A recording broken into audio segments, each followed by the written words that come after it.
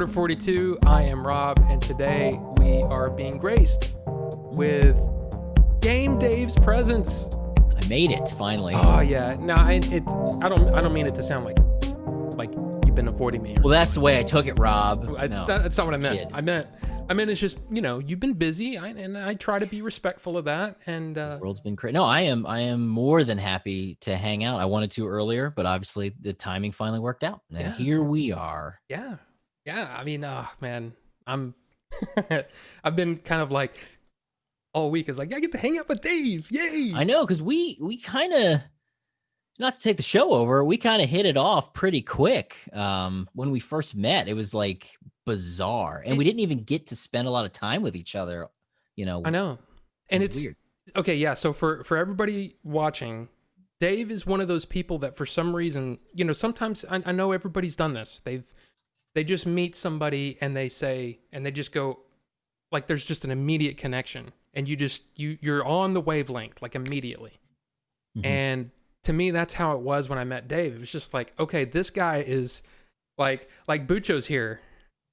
And Bucho, I guarantee you, Dave would have been perfect on the show, on the old defunct podcast. I know you've talked about it. I want to hear more about that later if you want to chat about it. Oh, I'm sure. Curious about the old show. I mean, it was basically just three guys trying to make each other laugh, and there were no holds barred.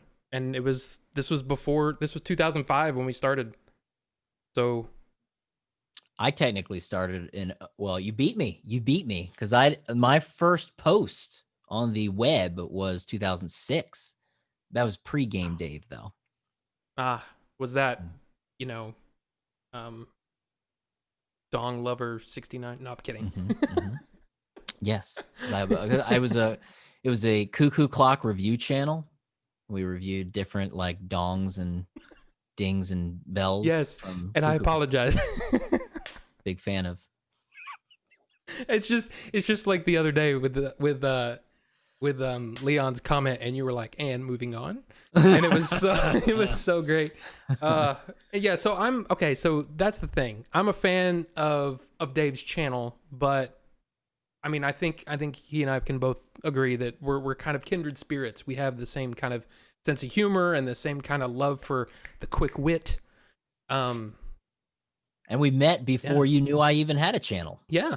Yeah. And it was you, it was GameSack, of course, Joe, all those guys, like almost all of them except for Billy and Jay, I had never met before. And it was just weird because it was like, and I don't know if you guys expected anything, but yeah, it was just bam, instant, like friends. I felt like we were weirdly. I mean, we're just weirdly gay for each other all of a sudden. No, we were just weirdly like it wasn't awkward, because almost every relationship, like when you meet a relationship, that's probably the wrong word, but every meeting, you always have that initial thing where it's like you read the room of each other, right? And then you don't just jump in and just start chatting like you've known each other for a year. But it's funny because a lot of the crew, which are here, I mean, Leon's another great example of that. I think for all of us, we kind of clicked with him too, like very quickly. It happened with a lot of people on set. I think it was just like a weird, like a perfect, like orb of communication. We all just kind of clicked. Well, some of us. Real quick, I'm just going to ask the chat, are you guys hearing anything weird? Oh boy. Because I'm hearing it again, and I think it's just my janky headphones. But I want to make sure that we're all good. But yes, we all it was just like a well-oiled machine. And I think it's because we all kind of had that, okay, so Bucho says it sounds good, so good. Yeah, Apple. Yeah, oh well, that was a dumb idea. It's a weird thing. You know what it is? It's probably because we all kind of looked at the project. Game Chasers movie is where we met, by the way, if we pointed that out. We're just too casual with each other. But yeah, I think since we all had a similar mindset about the project, it's like that weird thing of maybe that sort of led to this weird camaraderie that made it easier for us to just, I don't know, or it's just, it was just destiny. Could be. Hold on a second. I just want to make sure that say something for me. Hey, why are you showing off? Okay. With your why is it Bluetooth earbuds? It's good. I'm glad I came. Why is everything janky? The technical difficulty. It's so well. I clicked off of it and back onto it. And now it works again. Oh, but I really quick. We've got some people in here with follows. I'm a terrible streamer. Sorry. Winterion. Thank you Dan, for the follow. What's up, Dan? Big Mark Prevost is here. Oh, another viewer of the GDC, the Game Day channel. Yeah. We got a couple guidance here. Yeah, guidance. Yeah. So thank you guys for the follow. I'll try not to run you off with my weird stuff, and I guess I'll have to be on every episode now since my viewers have come over, my buddies. The dam's open, so and we've got, of course, Game Chasers is here. So hi, sir. But yeah, it's already just like I feel just so at home and just like Dave. Yeah, because I mean, we haven't even been talking that. We literally just got on like 5 or 10 minutes ago with each other. We haven't talked since. I mean, we've texted, but we haven't talked since I left in November. Yeah, and I have to say, I will just admit this. When you left and made your exit, I actually teared up a little bit. It was like it was like I was sad too. Like when because it was that late night. Mm-hmm. We were all exhausted. We were dealing with all that crazy car stuff, stunts that like, I'll just do it. Remember? He's like, I'll just hop in and do the peel out. And then it was like, wait, this thing in this truck is my final. This is it. This is my last scene. And there was like this weird thing, and we all kind of like group hugged, and then it was weird because that's what I guess. Which I had not been on a legit set like that before, so that's something they do where it's their final day, and they do this big sort of send off thing. It's their final day, and it was weird to be sitting in the airport by myself, and it's like, well. And I had never flown before. I think I mentioned that to you. Yeah. That was the first time I'd ever flown. And let alone by myself. Woo! Stressful. Man. So did you do any traveling like by pony or? Yeah, pony train. No, I mean like bullet train. Yeah. No, like conventions, but I would always drive to like the furthest convention I've done is Retro World, which was in Connecticut, and that's like a 5.5 hour drive. And I've like driven to Florida and things like that, but had never flown. It was just like, there was never really any reason to. Right. Because I feel like 5 hours is like a cutoff. Like if it's a 5 hour drive, it's probably, I'd rather do that than I'm not going to fly to Connecticut from Delaware, Yeah. So it's actually funny. I took a trip basically through the Northeast at the end of 2018 and did that whole, it was basically we flew out there to Maine and then drove through all the different cities and stuff for like a week and a half, and it was awesome. But yeah, didn't know you then. Otherwise I would have. Well, now you know. East Coast boy. There you go. East Coast. Yeah. But it was not, I think it was that build up to flying more than anything. I already hate traveling. I hate that in between of traveling if I'm solo. Like I don't like to be by myself. Driving, I hate driving. Hate it, especially by myself. So, and then it's like, well, I have to do this flight, and I'm all by myself. And I'm like, ma'am, what do I do with my bags? You got to take your shoes off. Huh? I think I heard about that. I'm like, it was so bad. And like, oh, newbie. You could like hear him yelling at me in the line. Like, oh, it's a newbie. Is this someone's breath on me? What is this? I mean, you just. And I got a middle seat on both the trip there and the trip back. So I got basically worst case scenario. So it can only get the same or better from this point. Yeah, dude. And of course I'm a fairly slim fella, a little less now thanks to quarantine, but and it was always the biggest boys to the right and left of me And they're like, sir, would you like cookies or peanuts? I'm like, out the cookies. It was like awkward, but When you're trying everything to was eat it and smooth. the guy's looking at you like, You know, like every crunch, like, and you're like, but it was all right, I guess. The trip there, once I got on the plane, I was actually fine because I had no fear of like the actual flying. right. But yeah, no, it was fine. It was good. It was a growing experience. It's always good to fly for the first time in your 30s. Hey, I think my dad was 62 when. No, I'm kidding. I don't know. I don't know when how old he was, but he was an older gent when When he he, flew. yeah, for the first time. So, Mm-hmm. but yeah, in fact, hi everybody. Eagle Ford is here. Vicky is here. Hi, Albert is here. So it's good to see everybody. Yeah, this is great. This is fun. Yeah, you got a good crew already. Look at Yeah. that. Just starting too. Heck yeah. Now, okay, so this is interview a little bitty time thing. I don't know what I'm saying. Anyway, Hey, whatever you want to do to me, just, you know, I'll be within reason. question wise. Within reason, right? In reason. Well, you're Yeah. you're on the Northeast. I'm in Texas, so yeah, it's not. Yeah, Yeah.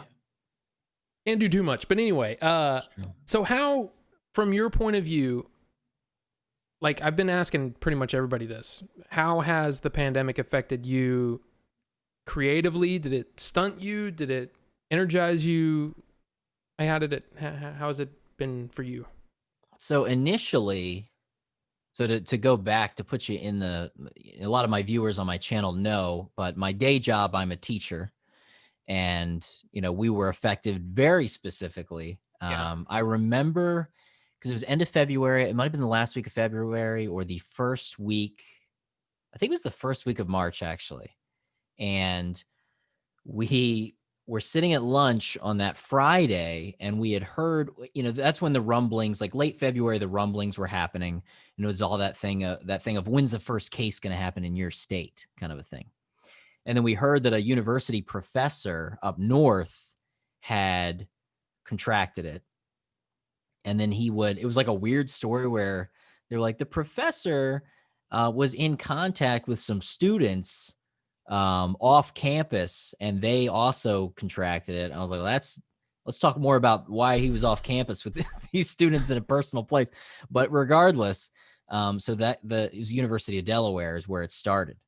And then I'm in the middle of Delaware, so it kind of moved down. And then a school near our school, on the way to our school, shut down that day at like noon and wasn't saying why, but it was obviously to close down and clean up because they thought somebody might have been exposed.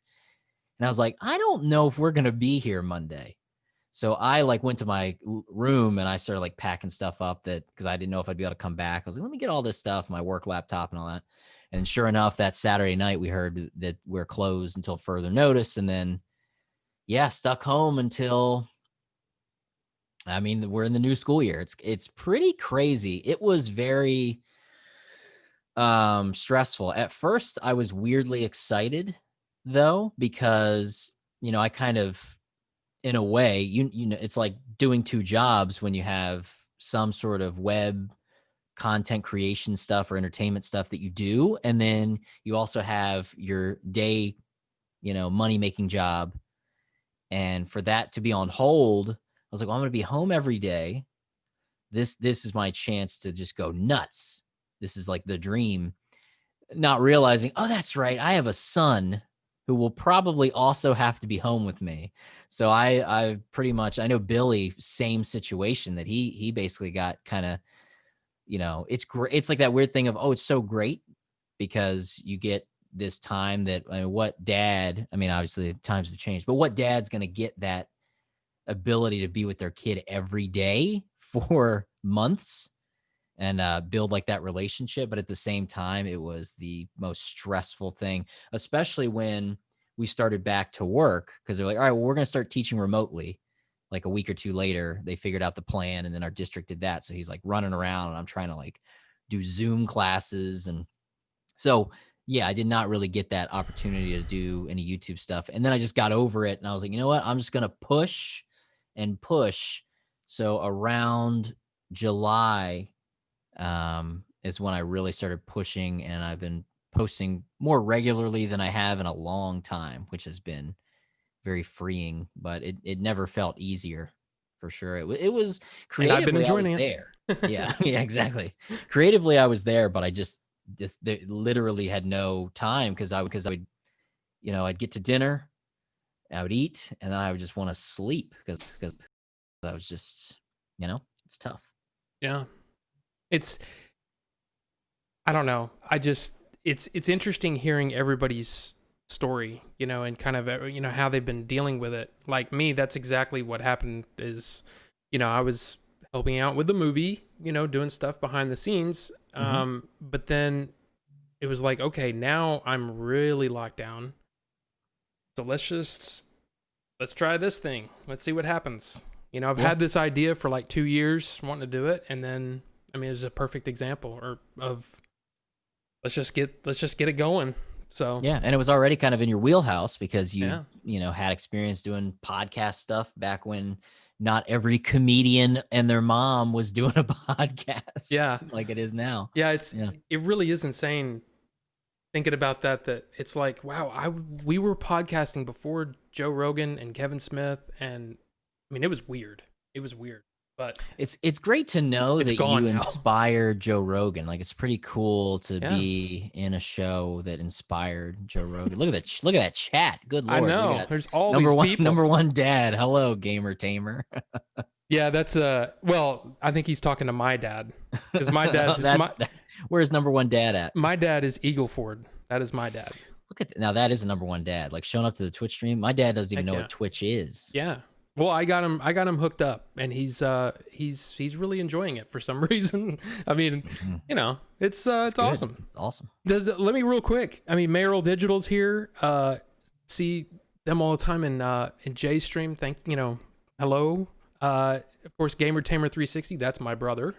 Oh, okay. So he's hanging out. And of course, we got Johnny Millennium followed.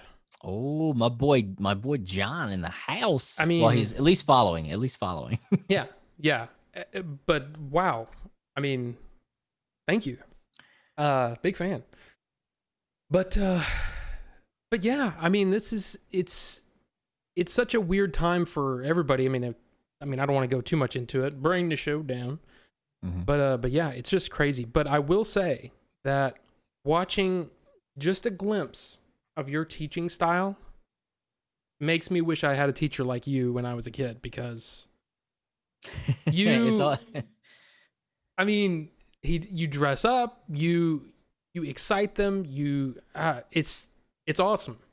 I love it. It's funny. It's one of those weird things of yeah. I mean, some aspects I go a little crazy because I'll try to like bring in, it's like, oh, we're gonna have a dance. We're gonna have a dance event at the school, and most of the schools, your classic, it's one of the professors just turns on an iPod and just runs a playlist, and the kids just kind of stand around. I was like, oh, we'll make a whole stage show out of it and do this Halloween crazy thing, and we're like dressing up like Ghostbusters and Beetlejuice on stage and stuff. But it's always interesting when they get older, because I'm at a K-3 school, so as they learn more about other social medias, and then they just generally find me, or find me when they're usually it's by third grade they figure out, or they've stumbled across me on the internet, and it's that weird thing of they know. We don't talk about that at school. But yeah, I mean, the important thing is that Leon gets it. Yes. He said that's what made me laugh. He taught me how to love again. Man, he did a lot of that when we were on the set. Not to blow smoke up his butt. Wink, comedy. Yeah, effects. Those effects. Yeah. But no, I've had a couple kids in class like that will ask me if I'm the Game Dave. The first time it happened was many years ago, because the YouTube channel's like 7 years old now, I Yeah. think, or Yep. yeah. And he raised his hand. We're like teaching. I was teaching a lesson. I came over. I was like, "What's up, bud?" And he's like, Mr. Thomas, I was looking up Mario Kart videos because Mario Kart 8 had come out for the Wii U. So this is going back. Yeah. And he's like, I just want to know, are you the game Dave? And I was like, yeah, that is me. We can't talk about that.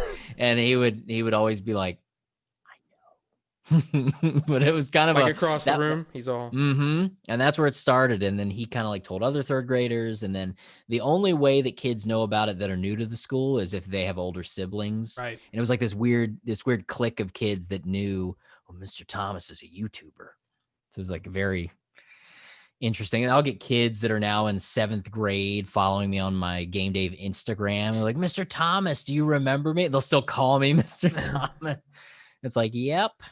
It's like a weird thing of like, I'll make just a questionable enough joke in a video to where I'm like, I wouldn't want a student to hear it. And then it's like, oh wait, there's definitely some students watching.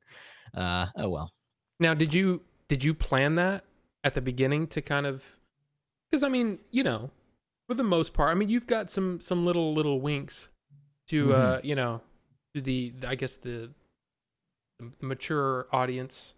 Much like you, Yeah. I have a similar fondness for hard PG. Yeah. And that's always been. Now my early YouTube stuff was all over the place. Like it was not as crazy, or it was more crazy when it came to things like that.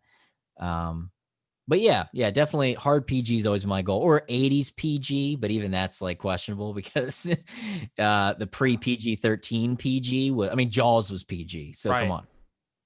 Temple I of Doom. believe the girl was nude in the beginning of that movie in the water. Oh yeah. Oh yeah. So, I mean, Airplane. You remember? I mean, the whole that's you. If you I've been look on back, this. Oh, go ahead. No, no, I was just gonna say, if you look back, it is kind of insane how far they push things. And it was literally just parental guidance. We'll be fine. Yeah. See some tiddly bits and get bit off by a shark. It's fine. Their parents are right there. But speaking of Airplane, Leslie Nielsen, I've always loved him, and I've been on this crazy kick. Rest in peace. I've been on this crazy kick, watching the old Leslie Nielsen interviews. Have you ever seen those? No interviews. Highly recommend, because he was notorious. He on the set of one of his movies. I don't know if it was Naked Gun or maybe it was even Police Squad. But there was in the prop department, he saw this. It was like an old school fart machine, not an electronic one, but like one that you would, I don't think it was a putty. I think it was like a compression spring. And it was so realistic sounding that he took it and he kept it. And any interview, he would be on like a morning show in like Des Moines. And he'd be like, and they'd be like, oh, so, because the big thing was, I mean, you would know, you're a movie guy. He was a serious actor initially, and then he transitioned into comedy late. Like I think he was supposed to be in Ben-Hur. Like he auditioned to be in Ben-Hur back in the day, which is kind of crazy to think, Leslie Nielsen and Ben-Hur. But he he would just sit there, and they would be like, they always asked him that in those early interviews. He'd be like, what is it like switching to comedy now and being a serious actor? Do you feel like you're a serious person? He'd be like, yeah, no, I'm definitely I'm a serious person. I really focus on things. And he would just kind of like let it roll, and they would not know how to deal with it. Highly recommend looking up some Leslie Nielsen. That sounds like right up my alley. I love that kind of stuff. He was so great. And real quick, there was when Tyrion said hello and Order 42, Rob, nice to meet you. Nice to meet you. It's nice to, I mean, it's always fun to have. It's weird how I have to put things in perspective, right? This show wouldn't be as big as it is, which is not, it's not huge, but I streamed before. I know how hard it is to build an audience. Oh yeah. So thank you to you and Billy and Jay and Eric and everybody that's been on has helped me grow. And that wasn't really the plan at the beginning. So I really want to thank you for, letting your audience know to come over and for them, Oh yeah. following. It's awesome. Oh yeah, glad to. I mean, it's a great opportunity for me to see them outside of my videos because I haven't started streaming again yet. So I think it's like win-win. Well, I'll be For sure to, sure. try to give you your space there. Whenever you're streaming, I'm going to try not to. Well, I will. I do have to give Dan. See, I know him a little bit better. He just got married, so got to give him some mad congrats there. Oh yeah. Getting married. Congratulations. Mm-hmm. That's I know Tough to there's, do right now. yeah, I would think so. And Yeah. there's, some people will give you that whole never ever get married. Not if you marry the right person. True that. It's all if you marry the right person, then it's awesome. So congratulations. Yay. Um, Real quick, there was something that you had said about the, I guess, digitally distracted and kind of the way that things have changed and morphed over the years. Was there any like, okay, I need to do this, in your growth? Or was it like, I know who I am and I know what I like and that's what I'm going to do? And you know what I mean? I'm just kind of curious to your, to your process there. Well, I got started on the internet. If we don't want to go all the way back, so if we pick up with the internet, I was in. Oh goodness, let me think. So I was in college, and this YouTube thing shows up, and I was like, "Oh, well, that's interesting. You can post videos." This is like the early YouTube, and it was a very different looking platform back then. I mean, the beginning of YouTube, it was this weird thing of you would like if somebody uploaded a video, I think in '05, if somebody uploaded a video, it would pop up on the homepage. And it was just like a scroll of all these videos. And then it sort of became this thing where they created like the channel pages and all that. And that's kind of when I came around, which was still like, I mean, '06. And I had made this in high school, I had made a stop motion Lego movie, which is kind of interesting to see how that's become an actual thing now with the Lego movies, because this was before, like, I guess there may have been, You were I don't even, you inspired them, basically, is what you're yeah, saying. just much like you inspired Rogan. Yeah. I don't even know if the Lego video games were a thing yet. They may have been, but regardless, I made this. It was just Medieval Knights, and there was a big like Lego animation stop motion community back then. I always loved claymation, Yeah. and so I made this stupid little, like, it was a bunch of knights and wizards and they were fighting. And I was like, oh, I'll just post this on this YouTube thing. So I posted that. And then over time, I just would post random goofy video things on that channel. But I never really made it like a focused thing necessarily. And I would just kind of disappear and come back to it. And then with the Game Dave stuff, I was like, you know what? I love performing and entertaining. That's like my number one hobby. And then my other one has always been gaming. So I'm like, I should probably just combine the two so I can be more focused. Because there's nothing harder on the internet than doing something that is categorized as variety. Because you'll have somebody subscribe because they like this one video you did. And then you'll do all this other stuff that other people, so you split your audience all over the place. And then you're kind of messed up. So you have a video that, like, one person's watching every different video of yours. So, but I would have some videos that did, like that Lego video ended up with hundreds of thousands of views because it was just early YouTube. Things like that stood out in a different way. But I didn't think to like capitalize on any of the stuff I was doing back then because it was just like as for fun as it could be. I mean, this was pre-monetization on the internet. And then yeah, so that's where Game Dave kind of came from. Game Dave was always like a jokey side thing on my old channel. And then I was like, you know what? Let's just do that. And then here we are. But the original show, which you've not seen, I'm assuming, when I first started Game Dave, it was not what it is. Because I was like, I got to stand out. Gaming's already old news, even though this was like 2012. So I was building up all this stuff. I was like, I'm going to do a fictionalized show about this guy who's locked in a room and forced to play video games and you don't know why. So the first like 7 or 8 episodes is this crazy sci-fi show, and I'm locked in this cage with like a flight suit on. This robotic voice is giving me directions. It's like ridiculous. And then I ended that, and then because I was like, I can't keep doing this. This is too much work, and I transitioned into basically what you see now. That's awesome though. I kind of feel like I need to watch that. Yeah, I can let you watch it. It's hidden for now, but Mm. I've made references to it because I did a sort of, it's a sequel show that nobody knew was a sequel show, where it was a storyline driven thing where my shelves are like talking to me, and it's like this weird thing. I don't know if you've seen those, but they're Mm. older. And then it's like a 10 episode story arc that ends with another like cliffhanger that I've not resolved, because the way I want to continue that story would involve a lot more people and time. So maybe in the future.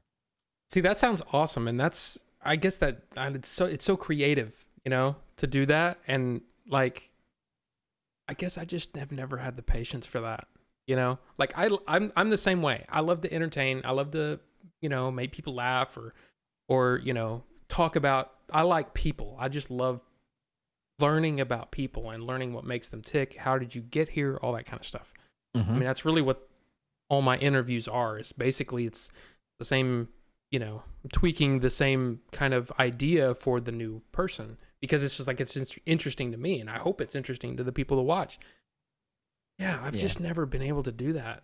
So Yeah, I I mean, definitely I think like that's that awesome. too. Yeah, I like that's what happens to me is, because if you look at Game Dave as it is right now, it's really just, it's performing more. It's not an acting kind of Right. series. There's obviously that thing of everyone's slightly more exaggerated. Like some things of your personality get heightened when you're on camera. That just kind of happens. But I mean, I try to be as me as possible in those. And then there's those other parts where those moments, which is where that other show came from, where I'm like, well, I want to just do something that's not real, something that is a story that's fictional. So I am acting because I get a different sort of thrill out of doing that compared to just presenting.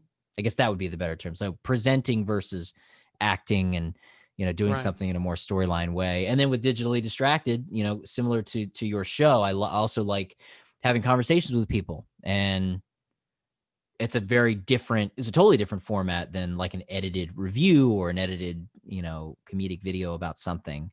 Yeah. So yeah, I like it all. And every once in a while I'll be like, all right, I want to try something new, and I'll do that. But I don't let go of what I've done before, because it's not Right. like, I make a new video and I forget about FamiCorner or something like that. Yeah. Well, and I think that's I don't know.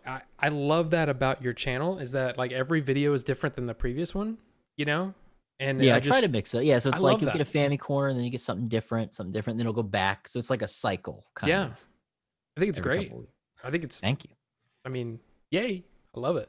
you. Now, I want to bring this up because a couple of things have come up in the chat. Oh boy. How difficult is Roy to work with?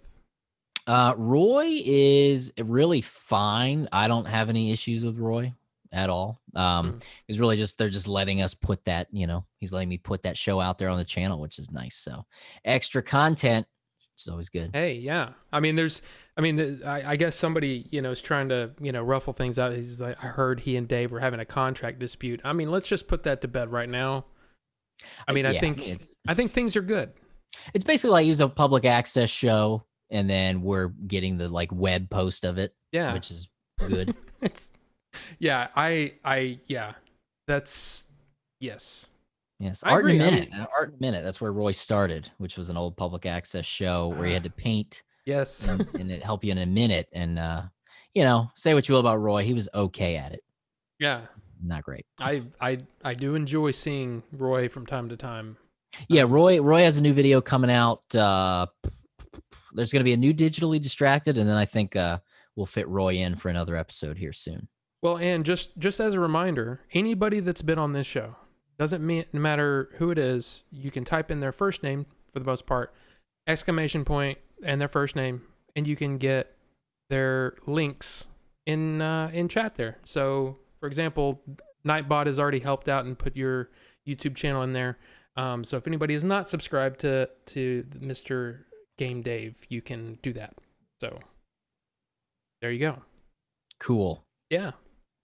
Nightbot causes some issues for me sometimes. Oh, really? Yeah. See, I've never, that's how behind I am. Cause I didn't have any of that stuff going on when I was Twitch streaming, but that was like a year or two ago. So I'm a little behind on the times. Yeah. I don't know. For me, it's like, I hired Nightbot to try to help me out with, I mean, much like Roy, Right. he kind of causes some issues from time to time. And I mean, apparently Bucho and Leon are fighting over him. I don't know why that. Yeah, there's a fan base out there for him already. So Yeah. there will be more, for sure. Yeah. A lot of shut up comments. Seem to be happening. You got to get that guy on a shirt, just a shut up shirt. Oh God. Yes. Yes. I will. Yeah. I love it. I just think it's awesome. Now, okay. This is something a little different. And hey, thank you, Mark Prevost, for the 50 bits. Subscribe to Game Dave. Big Mark. Yes. Look at that. Thank you. And yes, if you're not subscribed to Game Dave, what are you even doing? Because you need to do it, because he's great. And I love all of his content. So thank you. I'm just gonna keep gushing all night. Good. So Good. I kind of need it. I need Yeah. it to get me through the night. Now, something a little different. Okay. Wing Chun. Can you talk a little bit about your training? I'm very interested in this, and I mean, we talked about it briefly on set, but can you talk a little bit? I did not see that. So, Game Dave, Wing Chun, like out of nowhere. I was like, where? I didn't know where you were going with it. I love that stuff though. So it's kind of like, to me, that is part of who you are to me. And thank you to Steel Toad for the follow.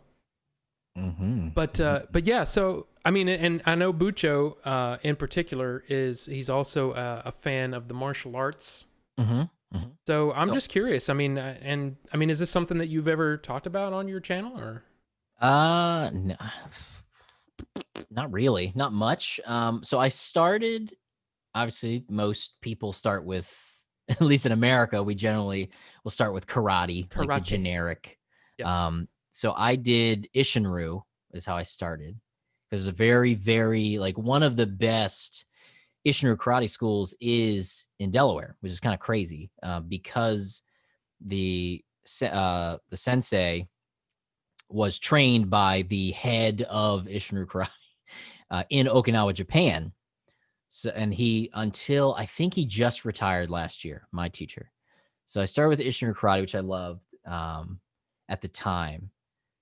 I still appreciate it because it was like my foundation, but it was a foundation that was very hard to break because karate is very choppy, as my later instructors would say. It's very, and Ishinryu is known for the straight punch.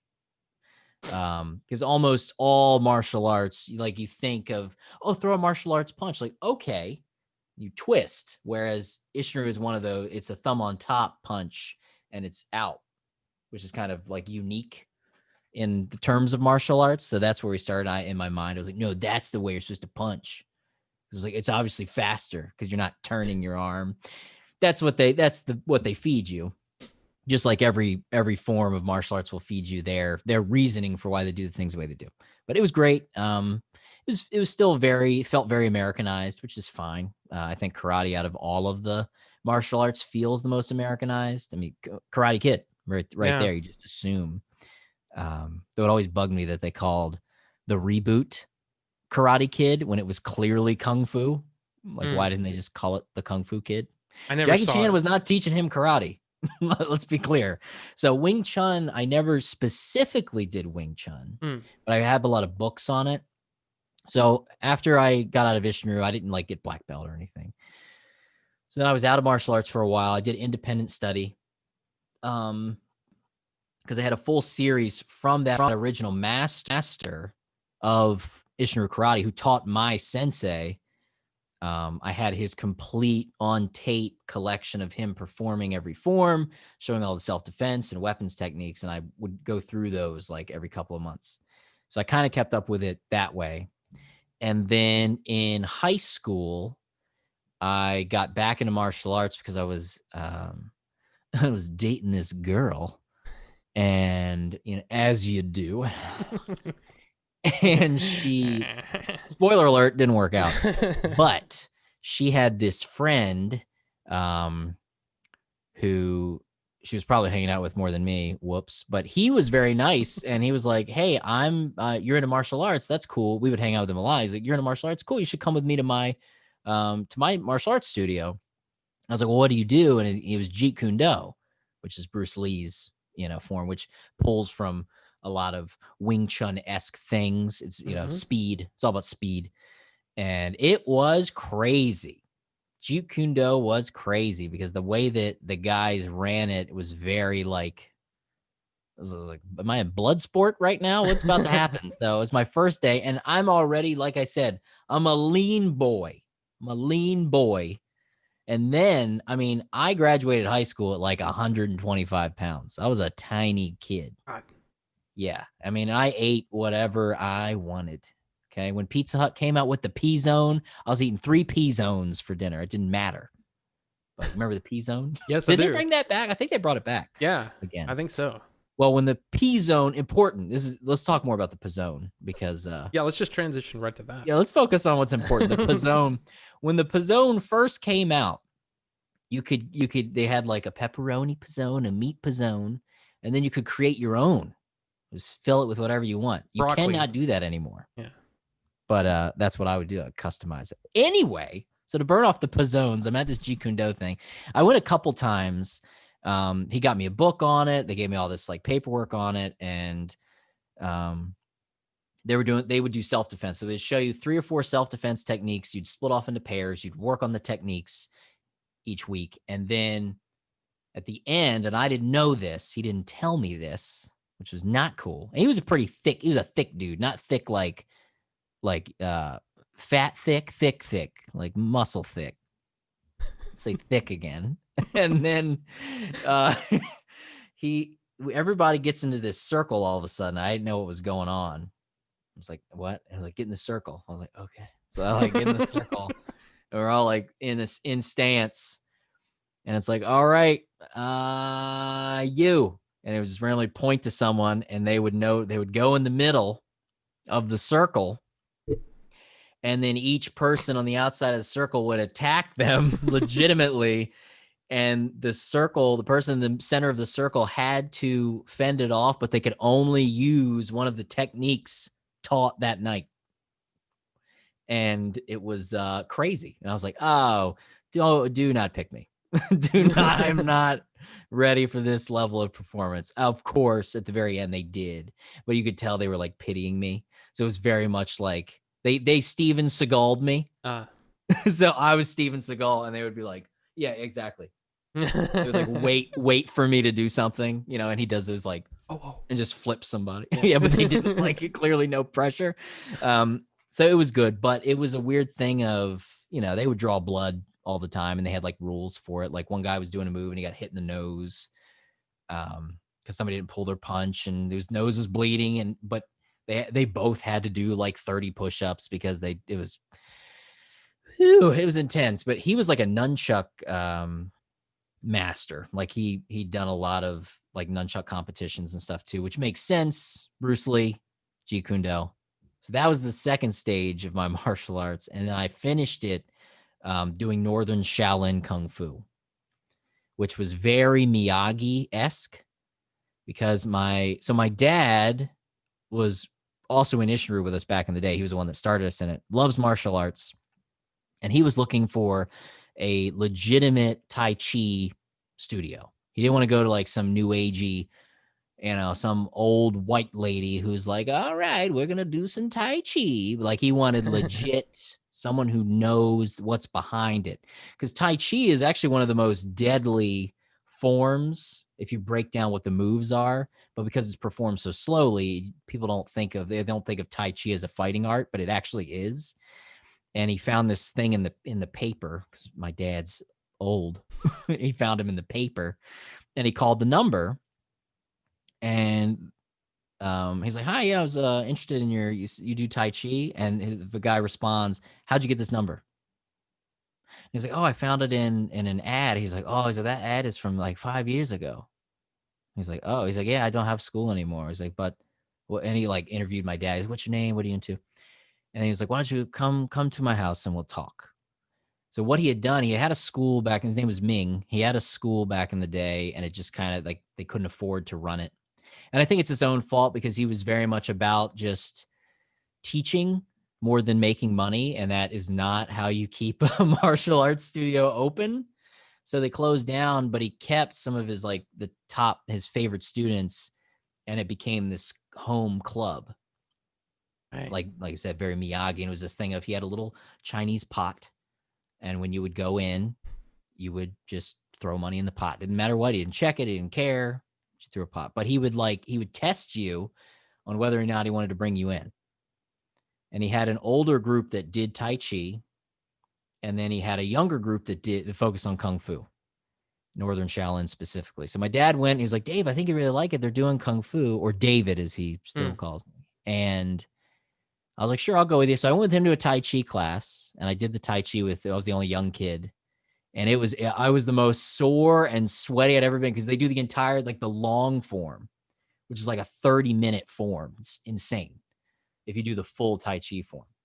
And then he was like, it was at the beach.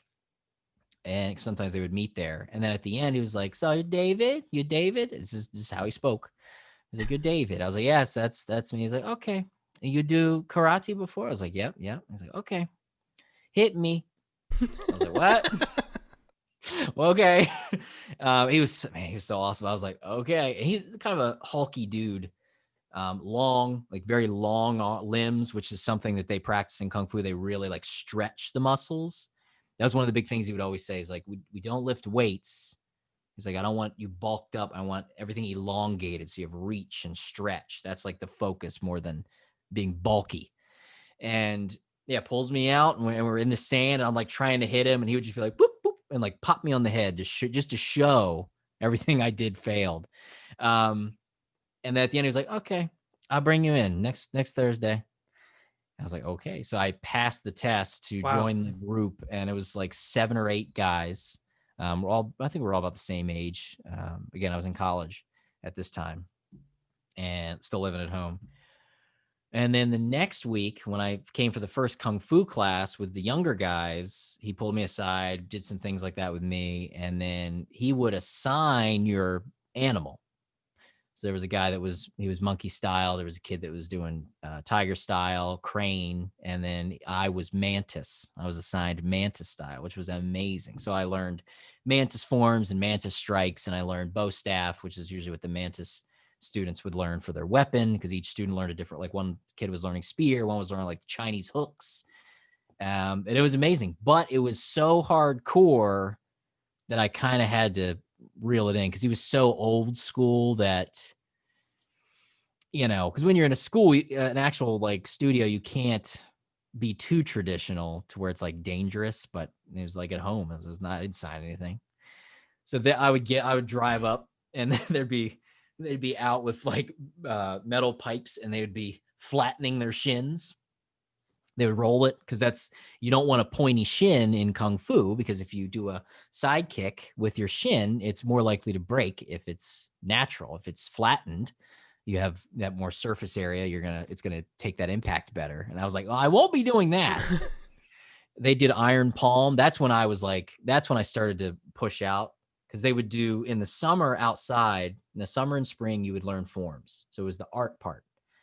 And then when it got cold, you went into the garage, and that's when it was conditioning. And that's the stuff that was like intense. So like the last thing they did was iron palm, which is where you blow up your hands. And he would always say, Dave, you have hands like little girls. You have hands like little girls. So blow hands up like man. I was like, okay, sure. And you'd have the punch bag, and it would start off and it would have like wood chips in it. And it was like, fairly soft. And you would do all the different strikes. You'd tiger strikes and mantis strikes, and you would hit the bag. And then your hands would be blown up. The next day it'd be like these giant, like they've been stung by wasps. And then the next week you'd go in and they would put sawdust in there. So a little harder. And then it would be sand. And then they put BBs in it. And then once you got to BBs, then you would move to, you would just be doing it on bricks. So the guys have been there for like 5 years, or over there like hitting bricks, and this kid's hands were like these like horrifying paws of hands that he had just blown them up. It was like muscles that fingers aren't supposed to have. I was like, oh my God. So I only did the iron palm conditioning like maybe a couple weeks. I was like, all right, yeah, I get it, but I want to be able to play piano like or something. But I really did love the forms. Yeah, exactly. Just type on my computer. So sounds like Pai Mei from Kill Bill, with the whole, that whole thing with her hitting the. Mm-hmm. Yeah, and it was, he would do those things where that you see that seem like the classic. Oh, it's a kung fu parlor trick where they would put the spear in their neck and put pressure on it. He would do stuff like that, and I was like, I don't understand how he does it. So, but it was there's one other story I'd love to tell you about Mantis, but I don't. Maybe it might be an off-stream story. Okay. About the actual, because I don't know if you know what Mantis the forms look like. Well, yeah, you had shown me a little bit of that, right? Stuff. And I think I told you that story. With where the Mantis hits. But anyway, yes. Yeah, so we'll leave it at that. But that's everything. That's my martial arts journey. But see, hold on. I'm just plugging my headphone back in because it keeps going all crackly. And as long as it's not affecting the stream, then good. But it's good. But no, I see, like, I don't know about you guys, but I can just listen to you tell some of those stories. I love that stuff. But just real quick, Albert said it was nice meeting you on set, Dave. Thank you for taking a picture with him, which I thought, of course, which I thought was awesome. And Albert's been a big supporter of this show. I mean, I look, everybody's busy, everybody's got their things going on, but Albert's been here a lot, so I really appreciate that. Awesome. Of course, when Tyrion did say goodbye for now, have an excellent weekend, everybody. Stay safe, stay awesome. When Tyrion, you're probably long gone because that was probably 10 minutes ago, but Dave was telling the story. What can I say? I got to tell my my whole life story of martial arts. No, I love that stuff. I really do. But now let's get into something that's a little more movie based. Right, because we are only an hour in. Yeah, but no. See, that's the thing. I love that. Look, it's one of those things where it's like I want to do a good show for people, but I also, it's like this show is kind of really just for me right now. And so it's like, this is great now. I mean, conversational stuff is, I think, way better, right? I just love it. I love the natural flow of things. But Ghostbusters Afterlife. Oh. You had just briefly brought it up. How excited are you for this thing? I know that Ghostbusters is a big part of your childhood, as it is mine as well. Yeah, Ghostbusters means a lot. Like a crazy, like it's something I've never been able to, not that I've like ever actively tried to get away from the Ghostbusters franchise in any way, but it always creeps up, even if like I haven't thought about it for like a couple of years, but it means a lot. Like I hate, the classic question that no nerdy guy or geeky guy that geeks out about anything wants to be asked, which is, what's your favorite movie? Just like nobody wants to be asked, what's your favorite video game? What's your favorite? Who's your favorite band? Nobody really knows. Yeah. Like it's very hard to, because at times it changes. It's easy to have a top 5, I think. Yeah. Because they can float. But I think if I really had to, Ghostbusters would be in that top. Because it's just hard to not pinpoint it as being important to just movies for me in general, but they always floats with like Beetlejuice, Back to the Future, Ghostbusters, like those 3 tend to float in my top 5 a lot. But Bucho said Jaws and the Rolling Stones. Next question. Hey, some people are better at it. Like I said, real men can handle it. Yeah, apparently, but I've never been able to. Man. Like bands is easy for me, but okay, everything else, the movies, there's no way. And favorite band, 9 Inch Nails. Wow. I touched Trent Reznor once at a concert. Where? Oh, no, I meant where on his person. Yeah. In Dallas, on his back. He basically, I was in the what do you call it? The mosh pit, I guess. This Yeah, is I've never moshed. I got kicked in the face with the steel toed boots before. Yeah, that's not. Again, that's a reason why I'll probably never. But see, Yeah. I don't like hard music. Like I don't listen to metal, or I guess that'd be rock. I I don't know. I don't. I like that toe tapping kind of. No, like Nine Inch I Nails. like Genesis, but Yeah, only Phil Collins but Genesis. see, even Genesis, I mean, like you or Phil Collins, you've got In the Air Tonight. That's pretty. That's pretty That's a heavy. rockin'. That's a rockin'. I'm an Yeah, Invisible Touch fan. I yeah. will sue Studio on occasion. I love all that stuff too, though. And see, Yeah, like, 80s stuff for sure I like. and I think that's the reason why I got into Nine Inch Nails is because it was very melodic. I would say Mm. my first love music wise was the Police. Because I love the song structure. And this is Yeah, when a I lot was of 6, reggae, 7. a lot of reggae Love. in the Police. Right. So With a their lot of beats. my music had those flavors to it. Had a little bit of the Police here, and a little bit of Nine Mhm. Inch Nails here, a little bit of Pearl Jam here. You know, But Clint Eastwood's son, Kyle Eastwood, covered Every Little Thing You Do Is Magic on he's a musical artist for people who don't know, jazz, a little jazzy. really, Yeah, I don't know. Kyle Listen. Eastwood, check him out. He's different. But to go back to But Ghostbusters, yeah, now that yeah. we've talked about Kyle Eastwood, Hey, that's what this show is great at. You know, it's yeah, Order 42, man. Life, that's the true. universe, and everything. That's what this 42 is. orders, Yeah. 42 ways that this conversation could go. So yeah, Ghostbusters, I'll have to ask you questions before I'll answer questions. So Oh, sure. Ghostbusters, 1 and 2, a lot of people still, I don't understand it. I mean, I understand it because they're wrong, but a lot of people like to poo-poo on Ghostbusters 2, and I don't care for it because it's frustrating. There's problems with Ghostbusters 2. Absolutely. I could talk for an hour about what's wrong with Ghostbusters 2, and I still love it.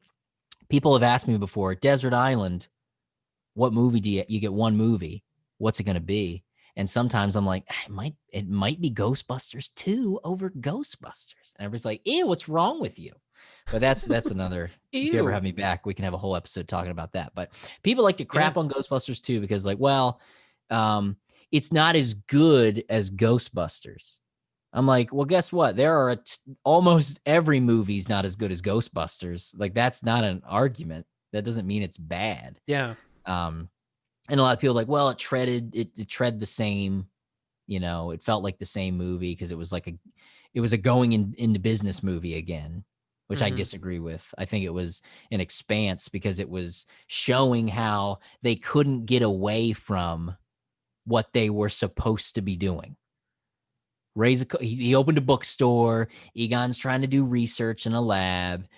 Peter's trying to be a almost game show host, referencing the first movie when Dana says you're more like a game show host. But it doesn't, none of that looks very successful except maybe what Egon's doing. And Winston is kind of, again, my man Ernie Hudson getting screwed in both movies with limited backstory. Because as far as we know, the only thing Winston is doing in Ghostbusters 2 is birthday parties with Ray. Yeah. As far as that's all we see him doing as a job, but we get full-fledged jobs from the rest of them. So I was like, this is all he's getting, like $20 a week from Ray. That's all he's doing. But go figure. I'm gonna just do this because this is a video. Sure. There you go, right there. Pile. My boy Ernie Hudson. I got my signed. Oh, heck yeah, man. Ernie's awesome. And Game Dave. Stay digitally distracted, Ernie Hudson. hey, I love it. I think that's awesome. Yeah, and my friend got that for me. And the weird thing about I think both of those movies, I am one of those that I am a bigger fan of the first one than the second one. I feel of like, course. And I think I'm the only person who kind of, I'm not saying I'm a bigger fan of it, but there's something, it's very close. It's been a very long time since I've seen it. I've seen a lot of people like to say Die Hard's a Christmas movie. Ghostbusters 2 is a Christmas movie / New Year's movie. Yeah. Really. Chat. Yeah, take that, science. Pow. I don't even. Yeah, But go Ghostbusters. A lot of science, a lot of real science in that. no, but it's like it's weird because for me that is the Ghostbusters. The first one is probably the most quotable movie in the history of movies. My buddy Noptop and I, Noptop's the guy who actually got me this. He sent me a picture as he was signing it, and he's like, I told him what to say. I was like, yeah, can you make it out to game Dave and tell him to stay digitally distracted? And Ernie's like, okay. And he's like, digitally, what's that? That's going to be hard to write in cursive. He's like, well, it's cursive. Don't worry about it. Just write it. Ernie Hudson was like weird about writing. So the fact that he had to think about digitally distracted is hilarious to me. But he like sent a picture as he was signing it to like prove that it was real. That's and awesome. He didn't even tell me. He mailed it to me, and then when I told him that I got it, he sent me the picture. I was like, that's pretty cool. But we always talk about that. My buddy Noptop and I, big movie guy, he does YouTube as well, and he talks about that all the time. How Ghostbusters is so quotable, and that's one of the biggest problems with movies now, is they're not quotable anymore. I can't think of the last movie I saw, maybe in the last 10 years, that I would be like, oh yeah, remember when he said, yeah. I can't. I mean, and if I do think of something that somebody said, it's just like a common sentence, just that in context was quotable, I guess. Yes. I mean, like, I'm even trying to think of like the Marvel films. Like, I am Iron Man is not a quote. That's not a quotable thing, because that's very specific. But right here, pow, that's a big Twinkie. Like, that is so specific to that film. Whereas quotes from movies now, you would not necessarily connect them to a specific film. I don't know. I'll give you two examples real quick of times when I guess it's the deep cuts that I'm aware of, because that's a big Twinkie. That's a typical, almost everybody, if you're a fan of Ghostbusters, you know that. Yeah. This was one of the best ones that I've ever heard in my entire life, and it was, of course, from Ghostbusters. I'm working with this guy, and we're doing phone repair instructions, right? We have an instructor here. We're both following along. He's looking at me, I'm looking at him. We're trying to learn this stuff. Right. And he's going through it. The instructor says, whatever you do, don't do this. And he goes, he had already done it, of course, and he says, I looked at the trap, Ray. And I lost my mind, because I'm like, okay, not only did you quote Ghostbusters, but you quoted a deep cut. Right. That's not your typical.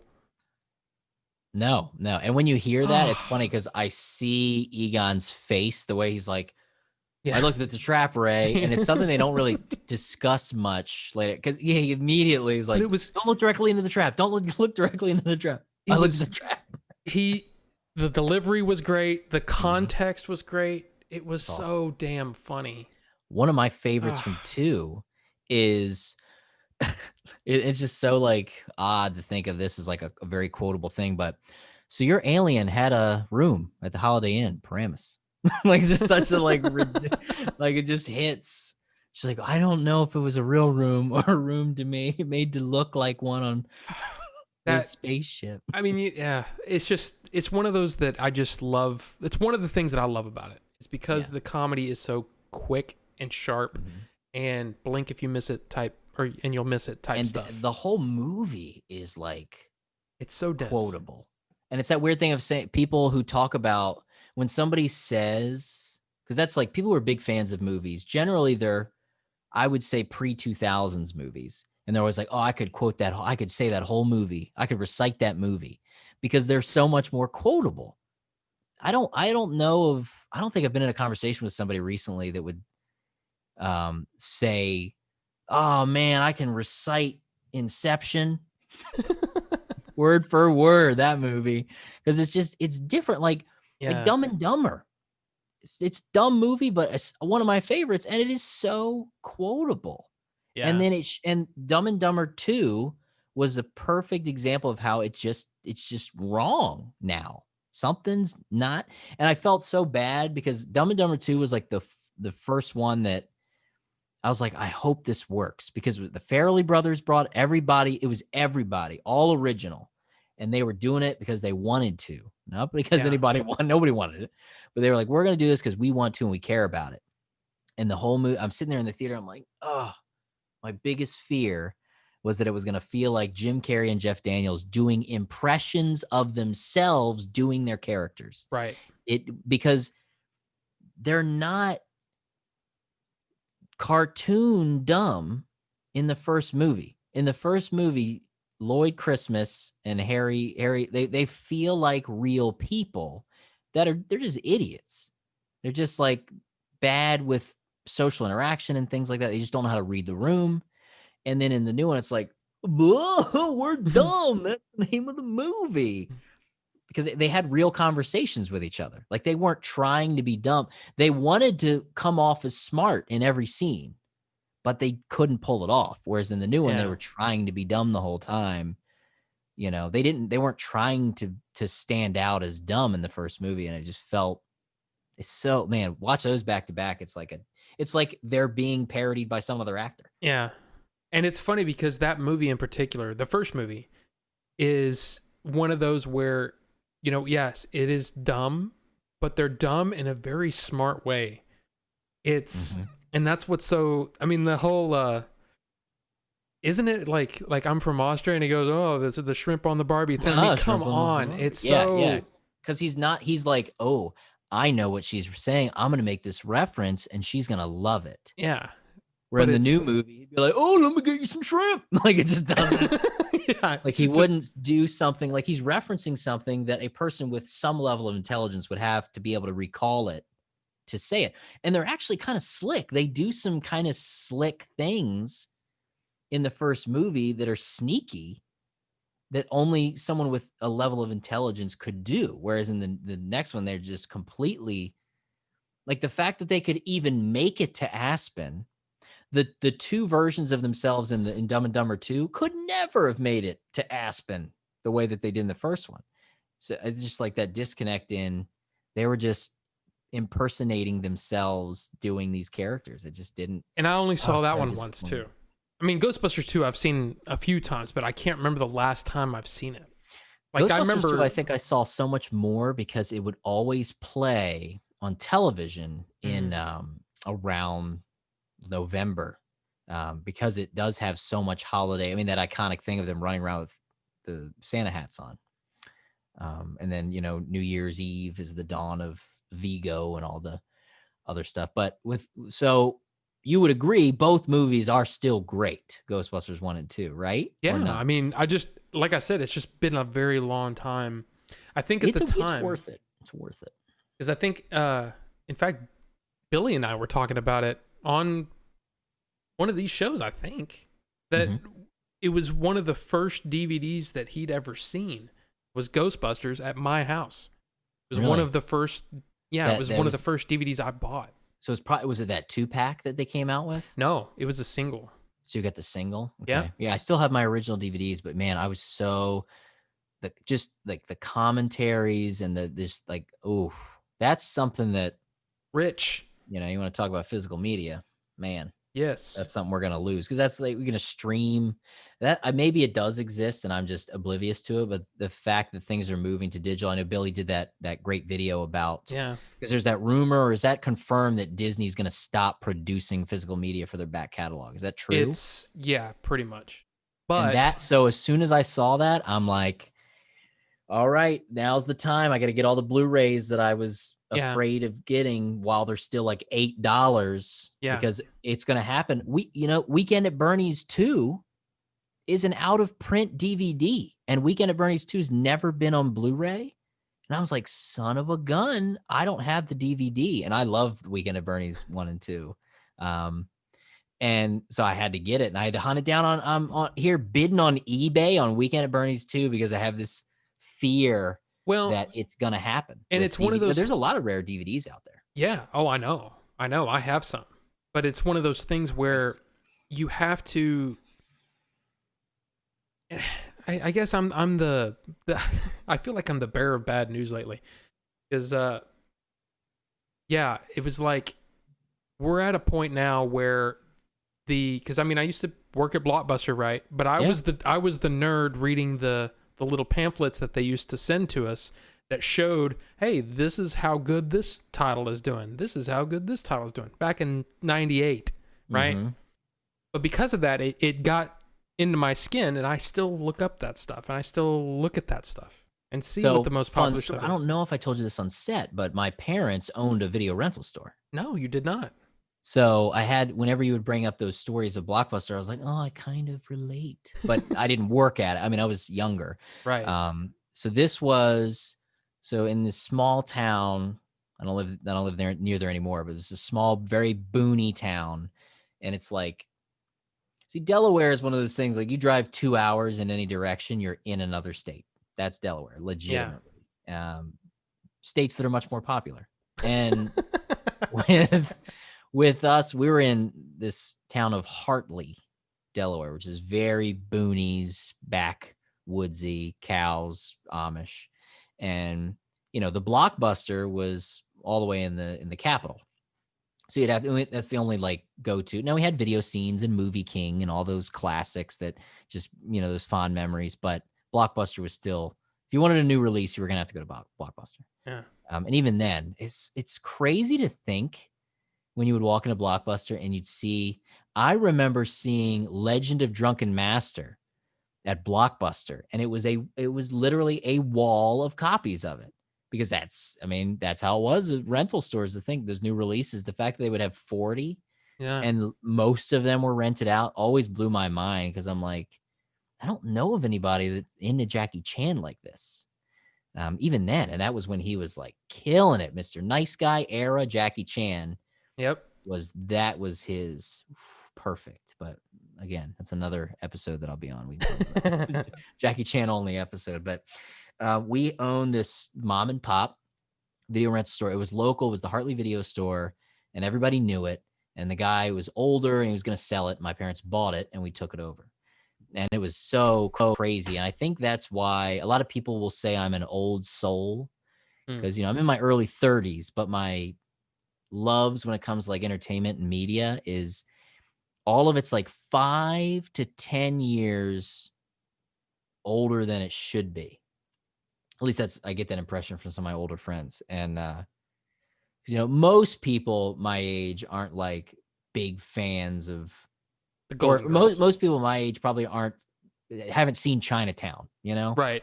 or again, or The Dream Team with Michael Keaton, if you know Yeah. that one, or Pacific Heights, Yeah. even Weekend at Bernie's. The original it was a little bit, would have been a little bit before my era's time, but because we had the video store, I could get whatever. So and it was the era of, just like with video games back then, the cover sold it. You rented things based on the cover of the box. You weren't going to look up a trailer for it. So I would just grab things that look interesting. And I saw Weekend at Bernie's 2 first, because we didn't have Weekend at Bernie's at the video store, but we had Weekend at Bernie's 2. So I just was like, well, that's weird. That looked kooky.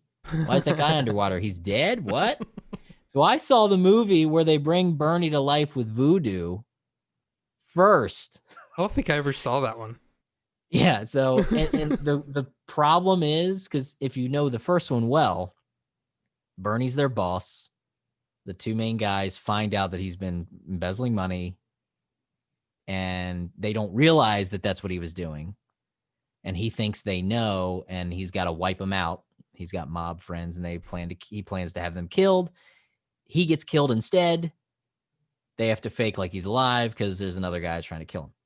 And then in the second movie, they don't really touch on that aspect. So I never knew Bernie was a bad guy until I saw the much later. So I'm like, oh, Bernie. Gotta love that Bernie. It's a shame he's dead. I wonder what he was like. It was like seeing the prequels then. The Weekend at Bernie's expanded universe. To me,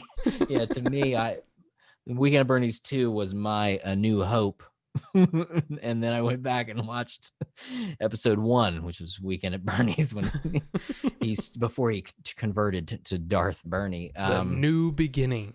The new Yeah, beginnings. just but the videos, it was awesome. And what killed it was all VHS, and it was like that old school mom and pop place where it had like the horror section in its own like wood panel room. And it was all these VHS tapes that are probably now rare and expensive, because I think horror is probably the genre that is the most left behind with the new formats.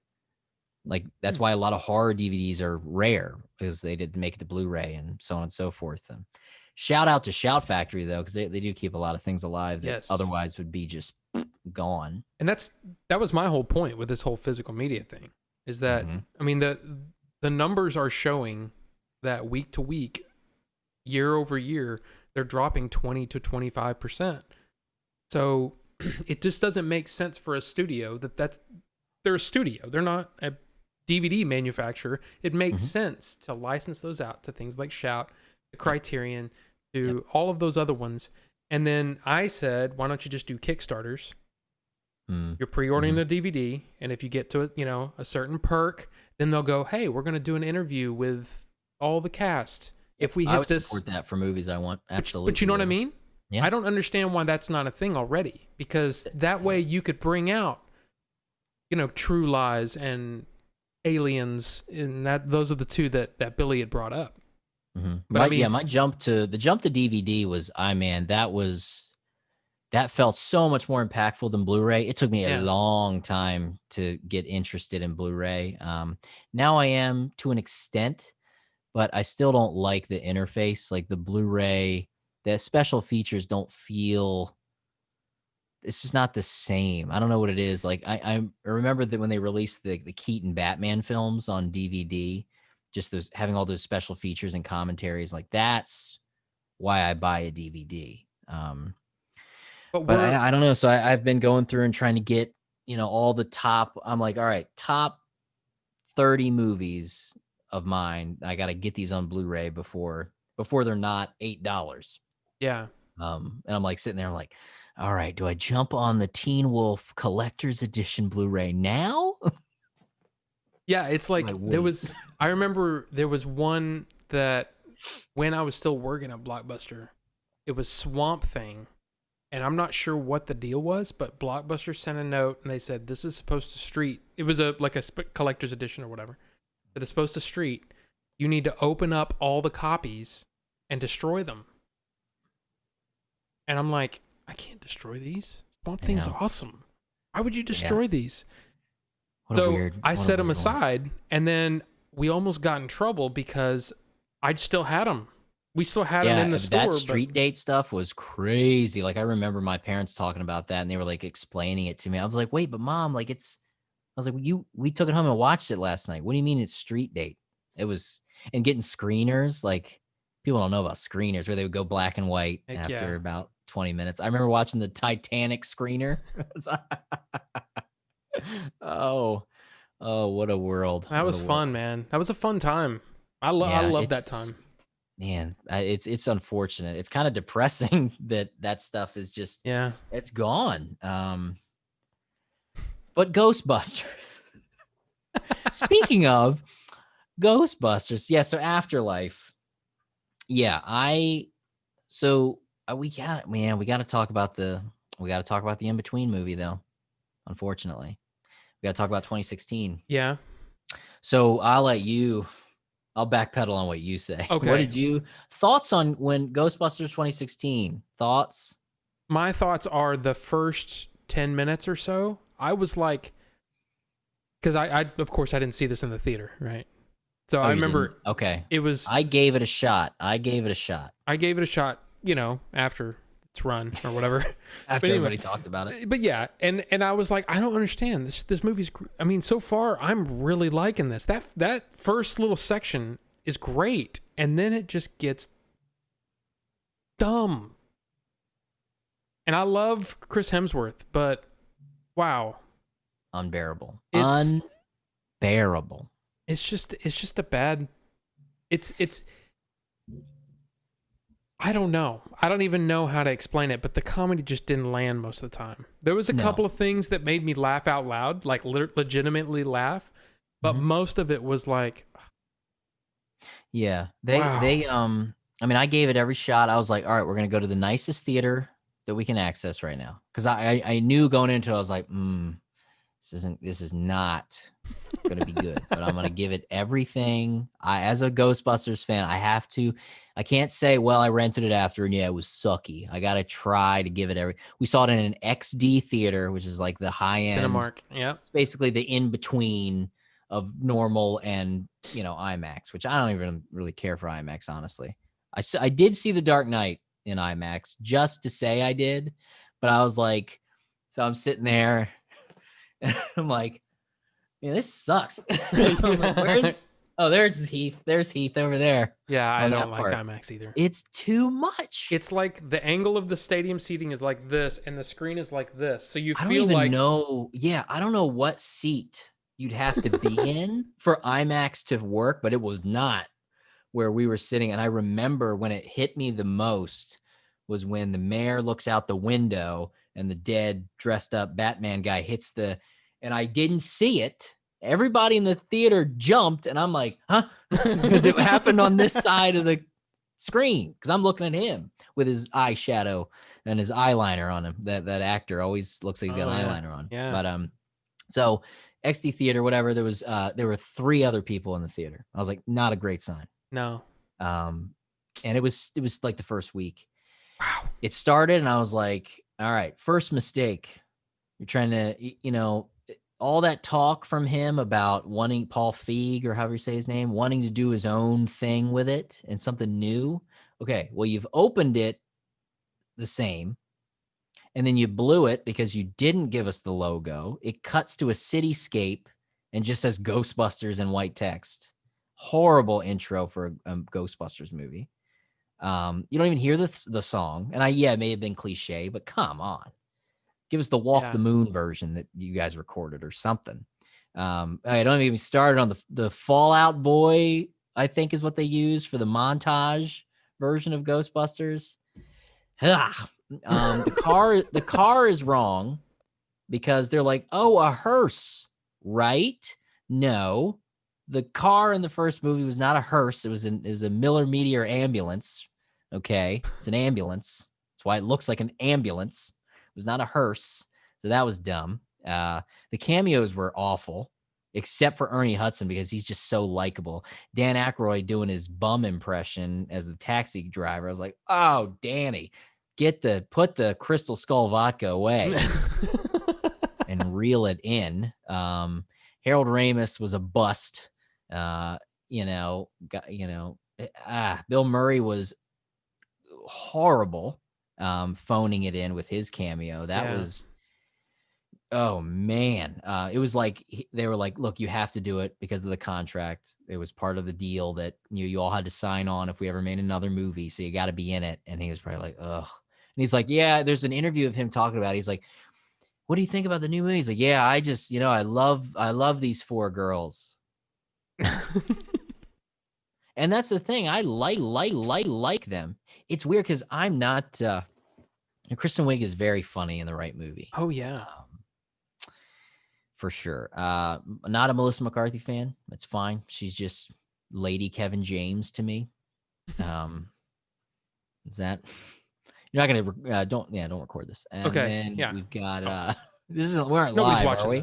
We're not live, right? No. Okay, yeah. Like it ends and it's like, oh, Game Dave hates women. No, it's okay to not like Ghostbusters 2016 for other reasons. I'm pretty sure, yeah. It was, they backpedaled at the last minute, which was a mistake, where their whole thing was it is not connected to the originals, which was their first mistake. But then all the originals are going to show up in it. Right. But they're not doing what they should be doing. And then, Buccio, Garfield 2, you're right. He's never made a mistake. Actually, Garfield 1, rather. I didn't even see him say that. I don't know. Maybe I'm behind. No, Bill Murray has never made a mistake, he said. Oh, right. I'm saying Garfield. Yeah, when he did admit that in Zombieland. But the it retread the same. It was like the things people complain about the Ghostbusters 2. It's the same movie. And the biggest issue, if you look up like the iconic thing of the proton packs, right? That's Mm-hmm. the thing. And there's tons of people who've talked about how there's so little of the proton pack use in the first movie. There's like 16 minutes in the whole movie that they use the proton packs, or something like it might even be less. And in this movie, it's a constant. You see every little test of everything. Ghostbusters goes from we're gonna do this to okay, we're here. You've never seen this equipment. They haven't tested it fully. This is the first time you're going to see it. You see him in a back alley testing everything, and you see everything ahead of time. And the ghost shredder, that doesn't even make sense. Oh, we'll blend the ghosts up because we all know they're No. physical matter, right? Oh, wait, they're ghosts. Somebody in the chat said that too. The ghosts, the CG ghost, Leon said that they were really bad. They looked. It was like if Eddie Murphy's Haunted Mansion movie had like the guy had some free time, so he like did the ghosts for 2016 Ghostbusters 2 in his spare time. That's what it looked like. It was just dreadful. Yeah, it just showed too much. There was no mystery to the Yeah. equipment, which is so fun about it. The car didn't look right. And I get the idea. They were like, well, the original ambulance was 59, 60. So we'll go about the same amount, like 20, 25 years older. And we'll do that. Just didn't have the same look. And the Hemsworth thing, it was so weird when people were like, wow, it's so great to see how funny Chris Hemsworth is in this movie. I didn't know he was a comedian. You were like, when? Yeah, when was he a comedian? The best thing about Ghostbusters 2016 was the score. Because I was curious how they were going to do the score, because the first one was Elmer Bernstein, and it was very unique for that movie. Mm-hmm. If you have the orchestral score, there's actually a version of the Ghostbusters theme that was going to be his Ghostbusters theme before they had the Ray Parker track, and it's very like very Stripes. I think he did Stripes as well. I think so too. Yeah. The music's very similar, and then the second movie score, it's still great, but it doesn't like pick up the melodies of the Ghostbusters theme itself, which I was surprised about. And then with this score, they did do that, where there were some moments where the score had those hits of in the score, and it was done really well. I was like, wow, this score is the best thing about this movie. That is not good. The big fight scene they made, and it was an action movie, and Ghostbusters is not an action series. And that's yeah. So now we know why they had to do it again with Afterlife. And I think that's the thing about Afterlife. We haven't seen a whole lot on it. I mean, that teaser trailer, I mean, it was really, we didn't see a whole lot, but it's got a feeling. The teaser trailer nailed it. And people, the comments I was seeing was, I got a little teary eyed. I was like, oh, okay. It showed that it respects the material. The new one did not show respect for anything. Yeah. And then when there was pushback, it was like disrespectful about the people who did care about it, and they got mixed in with the people that were man babies, because there's definitely those on the internet who didn't like it for the wrong reasons. Right. I don't care if they're females. I mean, the main character of this new movie is a female. She's a girl, and I'm excited. So it has nothing to do with that. Yep. You know, but the way it hit, and there were some things where this doesn't look like a Ghostbusters movie, and I'm like, it doesn't have to if it's a good movie, because it is so far removed from it. It is not Ghostbusters 3, or it would have called it it's Ghostbusters Afterlife. This is a new generation looking at Ghostbusters the way that the fans have, and maybe newcomers, because this kid is a newcomer to what happened in the 80s. Their Ghostbusters 2 is canon because he specifically says 30 years, which would be Ghostbusters 2. Which implies that when they defeated Vigo, that the ghost sighting stopped. So something happened with that, which I think is neat. There's an Evo Shandor reference in there. Like they clearly that's a terror dog on that car with Paul Rudd. So there's definitely they get it. I think they get it, and I'm very excited. The girl, she seems like she's got some chops to be so young. Oh yeah. Just I felt like she was legit. And then I mean they didn't directly say it, but it's clear that she's I don't know, is she the granddaughter or the daughter of Egon? I can't I'm tell, but thinking it's, granddaughter, but hey, I mean, and that's what I thought. I was like, okay, granddaughter, but then Knock Top, my bud, was saying, but think of the timeline. So Egon would have had to have gotten married. I don't Like know. trying to think of like the ages That's for him to have an adult daughter that then had kids that age. So I don't know. could be his niece And or something. You know what I mean? It could be. yeah, but there's definitely they didn't specifically say, but they did say dad's gone. So does that mean her dad, or does that mean granddad's gone? I think she does say granddad, because now here's something for you, deep cut. Now you're gonna really find out how dangerous my Ghostbusters knowledge is here. Okay, Oh, this is when I start my Ghostbusters YouTube channel, you'll be like, oh, that's why. So in the if you recall in the first movie, when they get the, again, quotable, they're coming right out of the bank. mm-hmm. It's like he's like, don't worry, Ray, everybody has 3 mortgages nowadays. Mm-hmm. And it's like, wait, what? And he's like that was my parents' house. I was born there. And in the novelization, which pulls Wow. some things from the screenplay. Oh yeah, we're talking about the Richard Mueller novelization of films. Remember when those happened? Yes, I do. I There's like have some. there's a Keaton '89 novelization that I saw at a bookstore, and I didn't buy it. It was like $3. I was like, oh, I should get this, because novelizations are usually based on those like early shooting scripts, so it's Mm-hmm. so crazy to see that extra stuff in there. And same with Ghostbusters novelization. It talks more about Ray's childhood home. And guess what it was? It was an old farmhouse in the middle of nowhere. Oh, So as soon as I saw a farmhouse with interesting. Egon's equipment in it, I'm like, I don't know if this was Egon's place. I predict that maybe this was Ray's place. This was the farmhouse he was talking about that he mortgaged 3 times, because it would make sense that they would still own it there, because he was probably still paying it off Yeah. after Ghostbusters 2. So it's probably still in the family. Maybe he and Egon both owned it, which is why the equipment would be down there, because Egon and Ray were the equipment guys. They both worked on the equipment. They both worked on the science of it. So it would make sense that all the equipment would be stored at Ray's old farmhouse, because they probably lost the firehouse after Ghostbusters 2. So they would put everything in this farmhouse in this sort of hidden way. And the other reason I think it's Ray's farmhouse and not Egon's, even though it implies that it's Spangler's farmhouse. How does she access the underground area? She goes down a fire pole. What was Ray's favorite thing in the firehouse? Fire pole. Wouldn't it make sense that Ray would take that and put a fire pole in his farmhouse? I think that is genius, and it's Jason Reitman, right? He Who? loves Ghostbusters. Yes. He was the kid in 2. Yeah. Yeah. This is.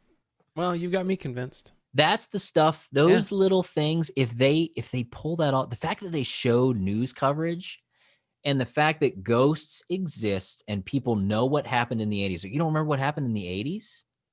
The fact that they reference that, like, no, this is real stuff, that this is factual things that happened in the 80s. These Ghostbusters dealt with paranormal activity, which has since gone, and we've gone on with our lives. And that goes back to my thing with Ghostbusters 2. That was the mistake that Ghostbusters 2 made. Why does everybody not believe in ghosts all of a sudden? That was all over the news, and Casey Kasem was yelling about it. And the guy's like, we don't need issues from the mayor, from publicity hounds and liars like you and your friends. You know, it's like, what? There was a giant marsh. He stepped on police cars. The military was brought into New York City to deal with it. It had to be on the news, and they're like, I don't want this. With the court scene, it's hilarious because it so doesn't care when he's like, now, just to be clear, this court does not recognize the existence of the paranormal or ghosts, and I don't believe in them either. It's like, what? Why? Why is it not on the record? Everybody saw it. It happened. That's one of the things, though, that always irritates me about sequels in general is when you've kind of got. It's so funny though that they just everybody just forgot. Yeah, screw it. Yeah, I totally forgot that 4 years ago, 5 years ago. Yeah, it was only 5 years. Yeah, 5 years ago, that a giant marshmallow man stepped on a church in New York. Yeah. Yes, and was exploded. And they had probably had to clean up everything. And most of New York seems to act like it's nothing. Even the mayor is like, well, I don't know. Everybody forgot about that. That was a long time ago, people. Okay. Yeah, 5 years ago. It's crazy to think that. And in my mind, I was like, what they should have done is that they should have explained that all of that energy from crossing the streams and hitting the temple of Gozer made everybody forget. Yeah, pushed out this sort of paranormal energy thing that sort of wiped away that understanding in some way because you've destroyed it. But because the Ghostbusters were inside that bubble, they weren't affected by it. That's all they had to do. If they had just figured that out, and even Egon could have explained it. It's like, well, when we crossed the streams, we caused a paranormal activity that I didn't expect, or some sort of event occurred that seems to have caused people to forget what really happened. And the sightings have gone down. So it's as if like, because, Zool was opening the gate to the world, people were able to finally see ghosts, because before the Ghostbusters show up, nobody really saw ghosts, but now ghosts are everywhere because they were breaking that sort of invisible wall between the paranormal world and the physical world. And when they crossed the streams and took out Gozer, that wall was put back up so people couldn't see spirits anymore, which would make sense why they would suddenly be like, Ghostbusters are full of crap. Well, it's kind of like you could even tie into, like the idea that, this is all stuff that seems like all the time you hear about when there's a ghost story, it's because like the kids saw it first. Like there's some sort of, like you said, there's almost a wall that gets put up and that adults don't see ghosts as much anymore, but kids do. You know what I mean? It could be that kind of thing. See, I like where you're going though, because it's deep and it's lore, and it's one of those things that, you go, oh, well, that makes sense. Yeah, I feel like they just are. Maybe they just didn't care. They didn't think about it, or maybe that is what they were thinking. They're like, oh, people could just assume that because there's no ghosts that would have worn off. I never would have thought that. What you just said. Yeah, that was so deep. That is sort of like the thought process of a real fan, It's and a the fact that you're thought process. Yeah, but that's fun. That's the kind of stuff I do with Star Wars a lot, where I'm like, but what if 2-1B was one issue with that Afterlife trailer. What's that? And the only problem I have with it right now is, why is it the Ecto-1 and not the Ecto-1A? Because they've already clearly said Ghostbusters 2 is canon. Did they have 2 Ectomobiles? I don't think so. So shouldn't that have had a Ghostbusters 2 logo on it? Shouldn't it have been the tricked out Ecto-1A that was underneath the sheet? You're not going to tell me that they kept the original and they found an exact 1959 Miller Meteor ambulance and brought that in to make an Ecto-1A, and they just kept the other one in back storage? You're making me think. I don't know. What if they're saying Ghostbusters 2 is canon? They're not going to Halloween it, as far as I know, because they said 30 years, which lines up with 2. And I don't think Jason Reitman would write himself out of the canon as the kid that said they were full of crap. Right. But maybe that's one of those things where, because it's an iconic thing, you have to. Ecto-1, right, yeah. Yep. I think that's the only reason. And I'm hoping they don't need to explain it for sure. But I would love it if they explained why it's the Ecto-1 in there. And if it's as simple as they put it in storage and because they were making so much money when they came back in business, they were able to do it and have the Ecto-1A. I'd be okay with that. if that's how they want to explain it. But I bet they won't give any inclination on why it doesn't have Ghostbusters 2 logos. And Well, it could be, yeah, but see, that's the thing, though. It could simply be because Ghostbusters 1 is so iconic that for the marketing, they're going to, they're just going to ignore it. Yeah. Yeah. And then I'm in sure the movie, once you're there, they don't care. They're going to do it the right way. Well, yeah. At least that's just like I didn't sit the whole movie being like, why doesn't the mayor remember? I just watched the movie because like you and I watch movies very similarly. I've heard you talk about this before, where why get caught up in hating everything? Yeah. Except Ghostbusters 2016, that's worthy to be hated. But like the people that dog you about your Star Wars loves that nobody else likes. It's like, it's you just because you didn't like something doesn't mean that everybody else needs to not like it. Yeah. Well, that's the internet. Isn't it? Everybody has to be right.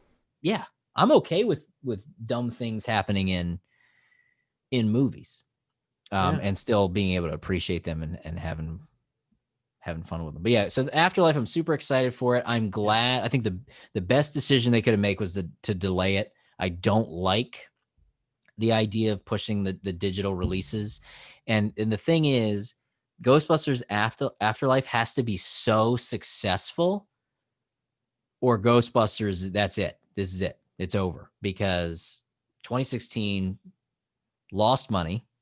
They didn't make the sequel that they intended to. This movie is ignoring it, just like Ghostbusters 2016 ignored the first two. And I think if they do it right, it could start something.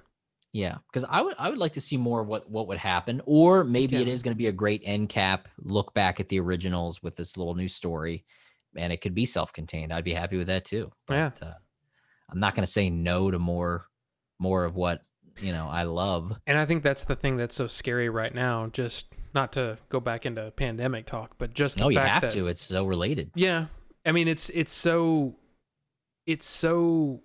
scary what's going to happen for all of these properties. I mean, like Dune, for example, what if Dune doesn't make back its money, he can't make the second half. So you're getting the first half of the first book. It's such a frustrating thing, especially if you're a fan of movies, especially if you're a fan of, like in this case, possible franchise starters, not even getting the chance that they deserve. It's sad. And I mean, and this is actually something that I wanted to talk about on Wednesday's show. It's just something I thought of. I was like, I can't go to the movies right now. I just can't. Yeah, you have to do what's best for you right now. Right. And as much as you may want to, Nolan's going to have to wait. But nothing is stopping me from buying tickets. Yeah. If I want to support it, I could buy the ticket and just not go. And I'm like, that is kind of weird, but at the same time, you talk about fandom. That's some fan. Yeah, that's but I mean, like, right there. I love Christopher Nolan. I don't. Yeah. I know that if pandemic was gone, I would be in the theater. I have already probably watched Tenet at least twice. What is your favorite Nolan film? Inception. Okay. I love Inception with all my heart. Inception was good for sure. Yeah. I love The Dark Knight. The Dark Knight may be my favorite comic book movie ever, possibly. Right. And sometimes, people are wrong. But the thing with Nolan, I really liked Memento a lot. That was my first introduction to him. I bought the DVD, and I usually don't buy dramatic thriller films because to me, they're not rewatchable. But that's just a weird me thing. Like, comedies are rewatchable because you always want to laugh. Like, am I going to ever watch Donnie Darko a second time? Absolutely not. Absolutely not. I'm not going to be like, oh, this is that part.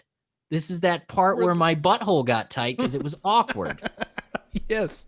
I want to experience that again. That Psycho Bunny came out and it was awesome. Right. Yeah. It's like, it's hard to rewatch. Yeah. Like dramas. Unless they're dramedies. I would say, Godfather, I know I brought up Chinatown earlier. Chinatown is one of those movies that I, on paper, should not have enjoyed, but there's just something about it that hits um in a way that I could watch it again. I haven't in a long time, but like that's probably one of the oldest movies that I'm because that was 70. Was that 70? 71, 72, something like It's a pretty think. old movie, pretty early. You get that early Jack. Aside from Yeah. that, and maybe, I mean, I guess the original Willy Wonka is that's a pretty old one too. I don't know the 73. year on that one. Um, those are probably some of the earliest films that I own or appreciate.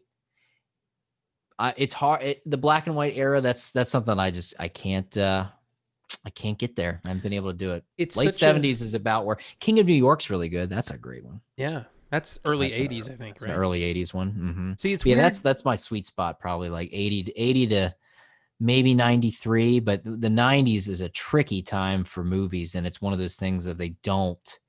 Everybody loved Liar Liar when it came out, and it's a funny movie, but it is not as rewatchable now as Dumb and Dumber. Like Dumb and Dumber, I could watch and not cringe, but there's things in Liar Liar where it's kind of like, mm, mm. It's no Truman Show. Now, that's a movie right there. Hey, I like that movie too, but Truman Show's good.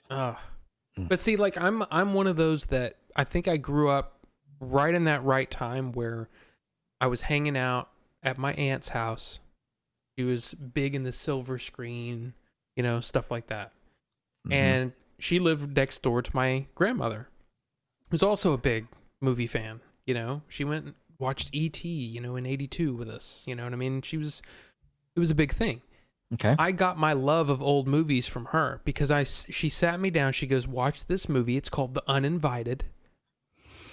It's a black and white movie, and it's scary. And I'm like, it's black and white, it's dumb. And I'm sitting there, and by the end of it, I'm like, that movie was awesome. And it was like, it's kind of like to me when back in the, I don't know when it was, but it was probably late or early 90s when I saw my first widescreen VHS. And it was like, holy crap, there's all this, look at all the stuff I could see on the sides. I mean, it's like Star Wars. That's what it was for Star Wars. Yeah, and I missed out a lot of that because it wasn't until DVD that I went all widescreen everything. Mm-hmm. And even in the early days of DVD, I remember the Matrix DVDs was like a big deal. Yep. When those came out on DVD, and because I saw the first Matrix on VHS, I did not see it in theaters. I saw it on VHS on an old projection, the old projection tube TVs. Yep. At a friend's house. And I was like, whoa, all right, this movie is something else. And we saw the other ones in the theaters, but I remember that those DVDs coming out, and it was that era where it was you had to buy the full screen version, or you had to get the widescreen version. You had to pick. It was before they started giving you the swappable disc, and then they just started doing everything widescreen. But yeah, it's that weird thing of like you wanted to buy both. So I would buy the full screen and widescreen versions just because at the time I just didn't appreciate it the same way. And I was like, well, maybe, as I think I still had a CRT. So yep. I was like, well, that way I have both. I have the option. JJ Miller, thank you. That's super nice of you. Yeah. To say that. I'm glad you liked the new video. And thank you for the follow as well. Thank you. JJ Miller. Not even Casablanca. No, I've never seen.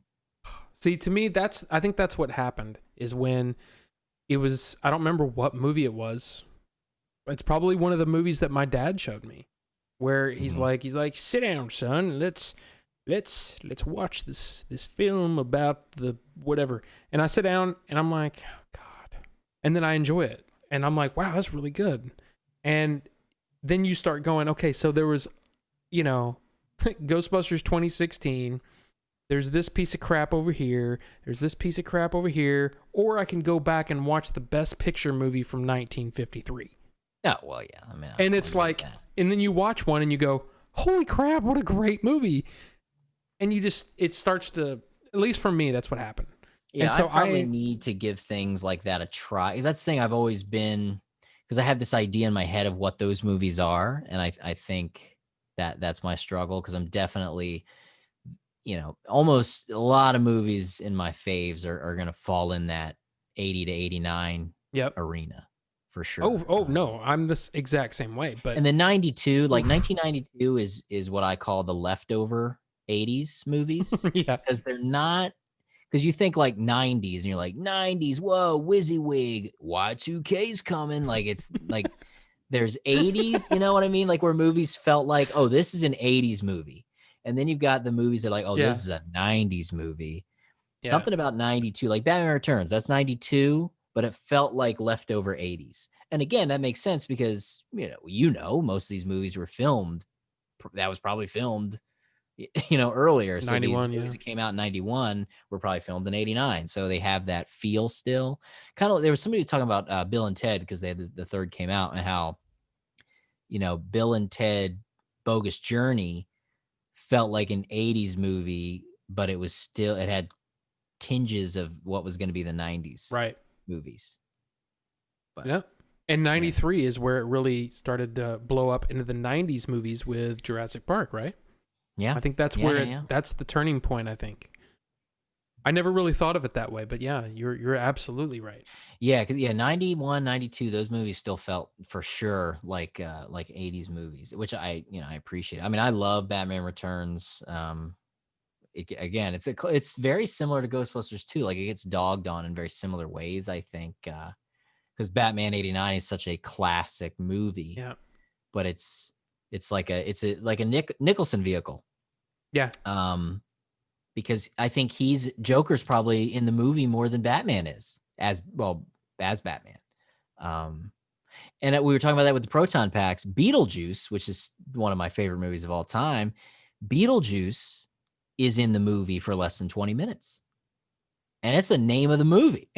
Yeah. Like he's there, but the movie's not about him. That's a It's great about movie, the Maitlands. Yeah, so good. Yeah, there's just so many things right. That's when Tim Burton was making movies. And now Tim Burton makes Tim Burtons. Yeah. That's what he does now. Yeah. And the boy's lost in the sauce.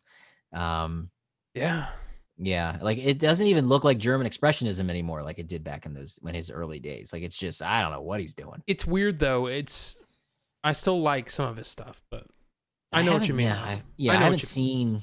I don't know what the last Burton thing I saw was, but I know he did Dumbo too, didn't he? Mm-hmm. I haven't seen that yet.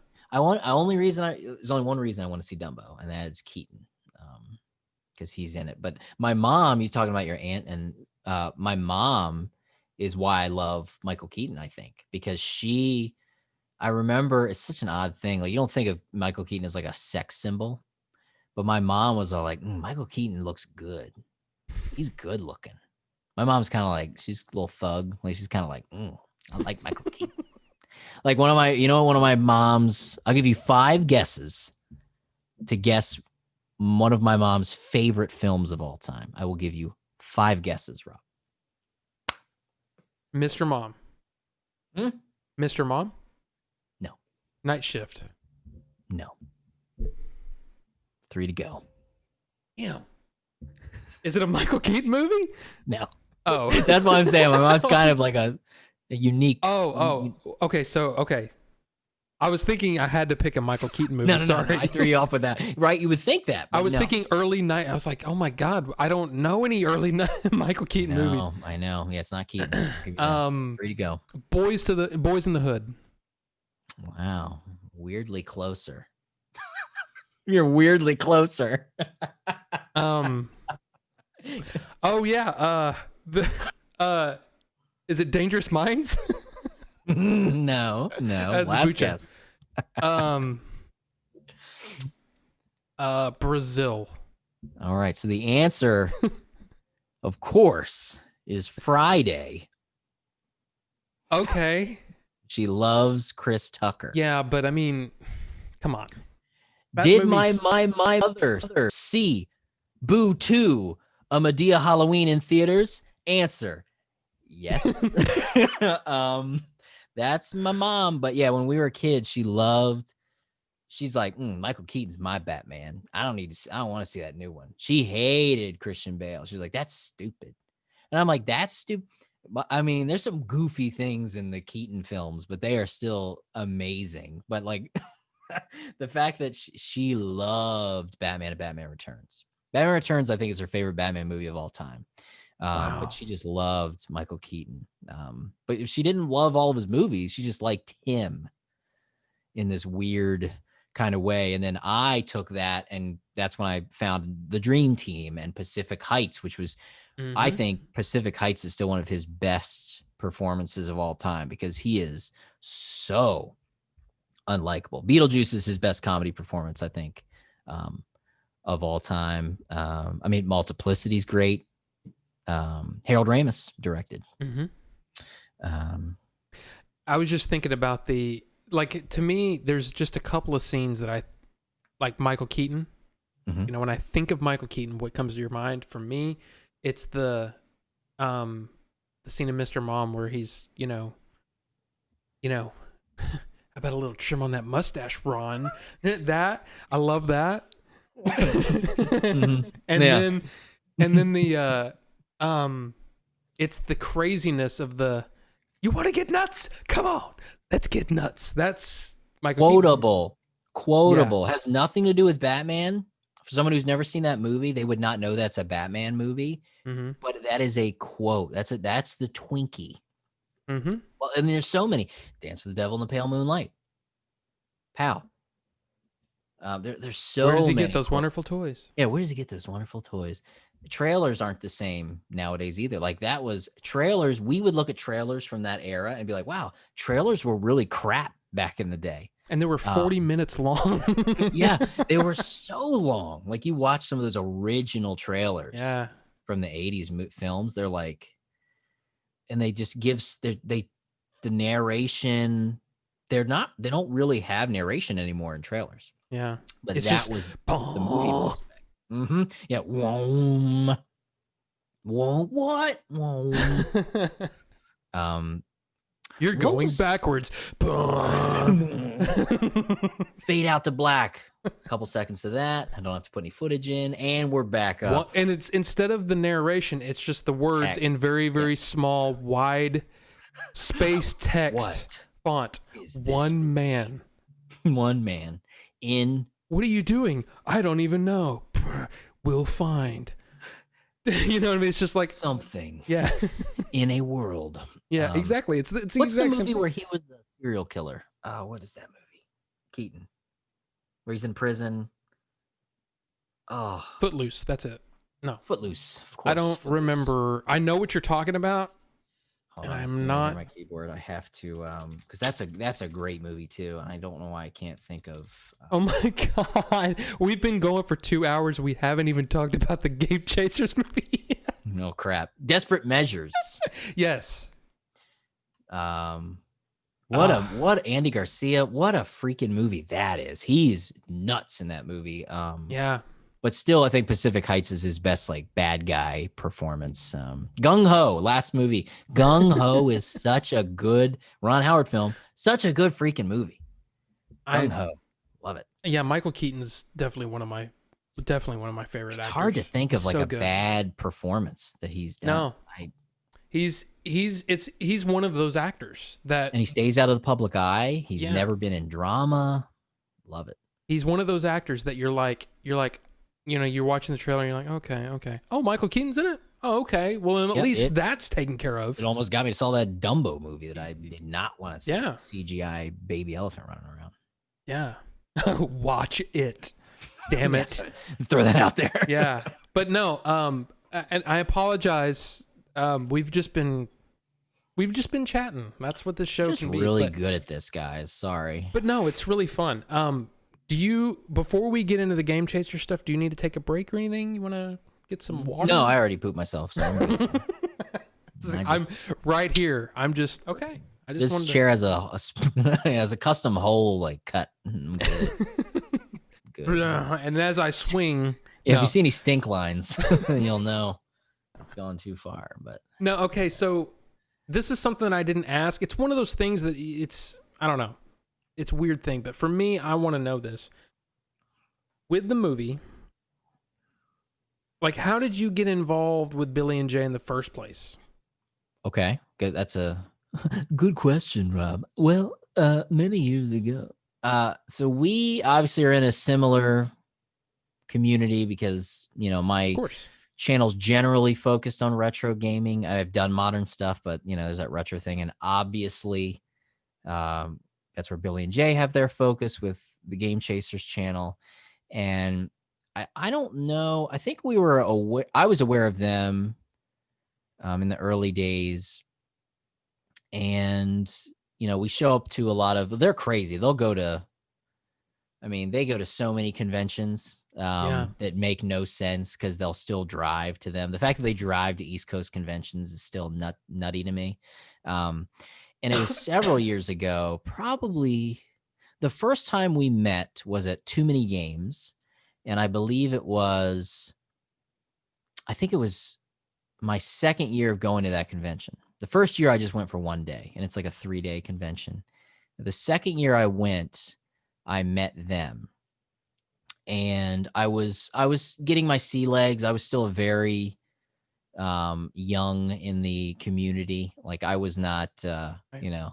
they weren't paying for my hotel room to come out. I think I may have been listed somewhere, but I wasn't like a guest or anything.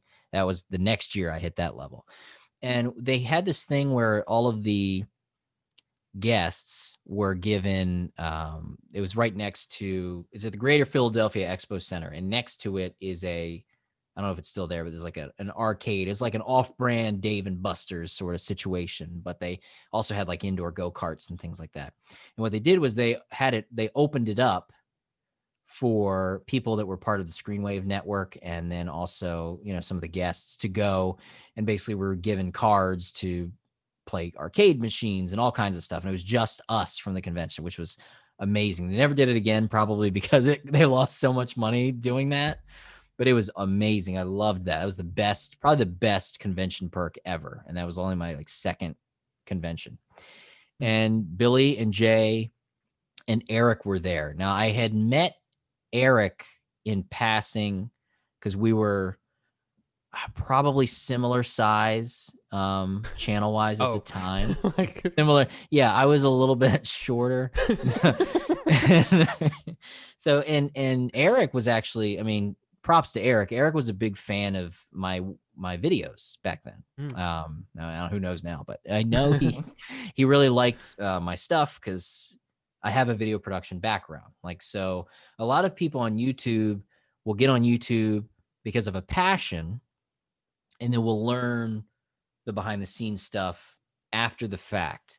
And so it's rare to see somebody, again, Billy's a great example of that, where somebody comes in where they have that foundation already, and they're going to talk about whatever their passion is or their niche, which is what YouTube really was in the early days. And I have a tech degree in radio TV. So that's where my knowledge base was. So my videos probably looked a little bit, this is 2012. My videos probably looked a little bit better for how small I was because of that, which is like a blessing and a curse, because then that's that weird thing of expectation. Whereas if you start out crappy, there's that weird nostalgia for, oh man, he was just doing his best and it's so cute. But when you start out and you're framing things well and editing well, where do you go? So it's if you don't bring it, it's what is this?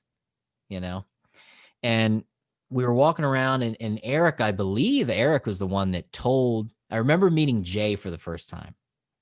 And Jay was like, hey man, Game Dave, right? I don't watch YouTubers. I ain't got time to watch YouTube, but Eric told me I should check your stuff out because he said it's amazing. So I'm going to do it for you and Eric. But it's nice to meet you. I was like, sure, man.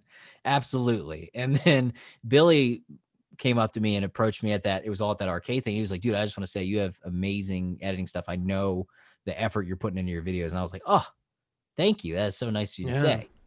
And then later in the night, when things get saucy, as they do at a late night convention, because, things are flowing, libations, I believe they're called. Things get a little silly. And then I remember one of the quotes of the night, it was a very quotable movie that night, was, wow, Dave's like a funny version of Norm, referencing the gaming historian. Because he and I look similar to an extent, Norm and I, except Norm is twice my height. Um, I've gotten that before where people be like, I clicked on this thumbnail because I thought it was Norm in the thumbnail. In the early days, I would get that a lot. And I don't think I'd even met Norm yet at that point. So we didn't know each other. And then we just started joking. And then I, just kind of, we kind of hit it off, and we only really hung out at that. I think it was at one of the bars near like the little bowling area or whatever. And it was fine. That's where I met Johnny Millennium. Actually, we talked about RPGs at a table that night, and we met, and then we've been good friends ever since, like really good friends from that. And then probably a year or so later, we didn't really keep in touch, but we were always aware of each other. And then Billy was like, he's like, I know you've got some acting chops for sure. He's like, you can do this. So he's like, don't say anything, but we're working on a movie and I want to write a part for you to act in. He's like, are you up for that? I was like, sure. And I'm like, yeah, okay. I'm going to make a movie. Sure. And I thought it'd be some little part. And I was like, that's cool. I mean, that's really nice of him to say it. And then the next year, I think, or maybe a year and a half later, we were at Too Many Games again. At this point, it was probably the most well-known I was at that convention. So I was a guest. I had a panel. I had a booth. And I was right next to Billy and Jay. And I think Wood was there too. He had gone with them. And I hung out with Jay probably the whole time because we just sat at the booth the whole time. I was selling shirts for the first time, and we got really close that weekend, Jay and I, like really tight. Awesome. And Billy too, because we were right there, close quarters the whole time. Really got to know them well. And that was the time that we shot. That was the first time I appeared on the Game Chasers, because we went to that Philly retro store in the rain and filmed. And because they were like, hey, we're going to do this game store. Do you want to come be in an episode? I was like, sure. And it was awesome. And I was like, wow, I'm really in this. I'm in this episode a lot more than I thought I was going to be. And we all just kind of hit it off. Like, we're cutting it up, just like you and I, like, yeah, because again, you've been friends with them for a long time. So it makes sense how we all kind of connect. And it was awesome. It was a great time. And he brought up the movie again. And he's like, we're working on it. I'll keep you posted. I'm going to email you. Because I think he had done some drafts, probably those early drafts where it was a very different movie. And then I remember him getting more serious about it, and he emailed me. He was like, hey, so this movie's going to happen. We're going to put this Kickstarter out. He hadn't announced that yet. And he's like, I know I want you for this part for sure. And he's like, you're kind of I don't know how much I want to say, but he's like, you're not, you're kind of a bad guy to an extent. I was like, okay. He's like, but we need you to audition for it. I was like, what? I was like, yeah. He's like, I know you're perfect for the part. He's like, I know that already. He's like, guys, I've wanted you to be in this movie since before I was writing it. I was like, okay. He's like, but obviously there's people who don't know you. And I assume now, knowing you were probably one of the people who you didn't know who I was. So I don't know if that was part of it, but he had me. No. Okay. So this must have been really early then. Yeah. So he sent me some lines, and it was, oh man, I don't know. See, there's the thing, because I've seen some of these. I don't know what we can or can't say, but it was I'll just say yard sale. Yeah. Mm-hmm. See, lines from that. Well, I mean, the trailer's been out, and there's some little shots. Yeah. But it was a scene, some lines from the yard sale, which have stayed. They were the same to an extent in the final version. And I'll just say part of your contribution was in it, my audition. Let's say that. I think you know what I'm saying. Yes, I do. And I was like, all right. So I just shot it, and I did a couple different takes of it, and some were goofier than others. And I sent it to him, and then I heard back, and he was like, yep. He's like, everybody loved it. There's no question. I don't know who it was that saw it. I don't know if it was Melvor or even just Jay, but I think Jay was, I mean, knowing him so well, he was on board with whatever. Jay's easygoing. Yeah. So I was like, yeah, for sure. This is it. I don't know if they considered other people or what. I mean, you would know more about that. I don't know if there were any other talks about, I'm not even sure, to be honest. Yeah. So my whole thing was this, I didn't come on to the project until mid-September, almost a year to the date last year. Okay. All right. Gotcha. So Gotcha. yeah, I So mean, this would have been before that for yeah. sure. Oh yeah, yeah. Okay. So that Much, was much. already, so I was probably already locked in at that point, kind of like some of the other people, like Eric obviously was going to be Eric. Mm-hmm. And, you know, Yeah, yeah. so that makes sense. Yeah. So that, I think I was one of the few parts that was always locked in as that's Mm-hmm. who I was going to be from that point. Like it was not, because as you know, many of the other parts kind of went all over the place with who they were going to be and how they were going to be and Yeah. casting. And which was crazy how it all worked out at the end, especially, you know, one of my closest co-stars and crushed it. Jim crushed it. Great talent for sure. And that's what I was going to ask you. I mean, like, you guys had just met. Yeah, I And didn't know Jim at all. And we were immediate. we were the second shot, I think, after Yes. Eric shot. We had to be the second ones to quote unquote impress this crew who didn't know us. And I was like, crap. I was like, and not only that, nobody knows Jim, and only Billy and Jay and Eric know me. So Mm-hmm. I had never even met Chief. I Mm. was aware of Chief, but I never met him. And it was because he's in the figure community. That's more his bread and Yeah. butter. So it was kind of crazy. It was super stressful. I actually have a picture of that first day where it's sort of like, you know, back and there's everybody and you're off by yourself like this. Yep. I was. And I Yeah, bet you were like, I have got to bring it. It that's was exactly what the it was. pressure that you were under that day. Like, what was that like? It got even worse because when Eric had to be the first person, and I was in the back of that restaurant waiting because we all kind of waited in that area where Mm-hmm. Allie was Mm-hmm. for our makeup station. Mm-hmm. And I just waited back there and, you know, talked with Jim some and it was crazy because we were, there's all the setups and I'm like hearing what was happening because you know the scene. So it was like a Mm-hmm. weird thing to hear directed to be that's the first thing. Classic Game Chasers. That's the first thing they're going to shoot. That's how we're starting this movie. Yeah. Great. Flush it now. And yeah, exactly. and when it was done, it was like uproarious applause. I was like, hold on now. He just crushed it. And they're like applauding what just happened in there. I was like, oh crap.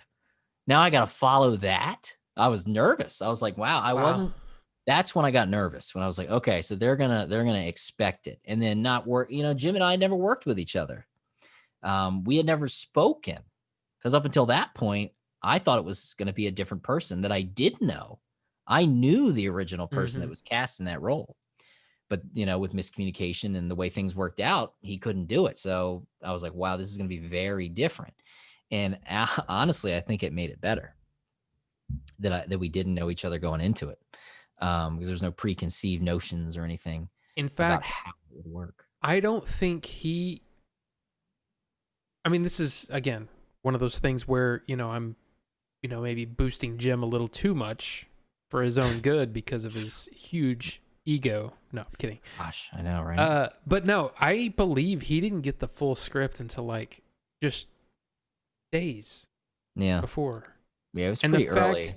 The fact that he was able to do what he did in the time that he did it, I was always going to ask you, you know, because I mean, I think a lot of people, you know, everybody was impressive in a lot of different ways, but a lot of people look to you as like, holy crap. I mean, I gotta reach that level is basically what people were saying. I mean, I know, you know, again, I'm gushing a little bit, but people I was were happy. fond of your work. I was very happy with that because that, you know, these are people who deal with this stuff all the time. And I was Yeah. like, I don't want to let them down. Because again, I mean, they probably, I don't know if they directly, they didn't admit it, but they hinted at the fact that I don't think they expected what we brought to the table because they're like, oh, they're YouTubers, which is already like a big, okay, YouTubers trying to make a movie Yeah. that they kickstarted. Yeah. And they've already told us they're not actors and they don't have experience acting. Some people had experience acting, but for the majority of the main cast were not actors. And Right. that was like big red flags. We're like, oh, how are we going to get through this? They're not going to have enough time. How many takes are we going to have to do with these people? And I think setting the stage that way forced everybody to crush it as best as they could. I mean, I was just lucky enough that I've done it for so long with other things that it was a little easier for me in that sense. And not necessarily talent, but more practice makes better. Because I did theater for 9 years, which is very different than film. I always use melodrama as the reference. So theater is everything exaggerated to where if you acted on film like you do in a play, you'd be considered a terrible actor. Yeah. Because it is completely different medium. I mean, that's why David Hasselhoff crushes it on stage as Dr. Jekyll and Mr. Hyde, but maybe not so much on camera. So it's a very different thing. It's that toning down, like that weird realism aspect of it. But what's weird though is that, and this is the thing that I was kind of looking at, is that because it's a comedy, a lot of the comedic stuff had to be played a little higher. Yeah, you do have to heighten it when it's a comedy. You know what sure. I mean? So it's especially, I think it's almost depending on the scene. You have to raise it up. You have to turn it down. It's so interesting to watch.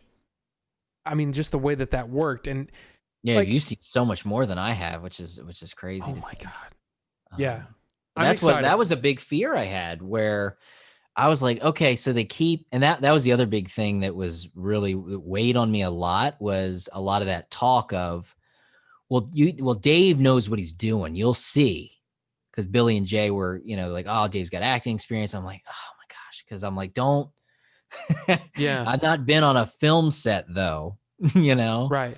So it was kind of a thing of, I don't want to, come in here with these crazy expectations. You didn't have any visible nerves though. Yeah, that's because I was like, I can't, because the way they've talked about it, I was like, if I come in here like, yeah, just give me a second, then it's gonna be even worse. Cause like, well, this is the guy they've been talking about.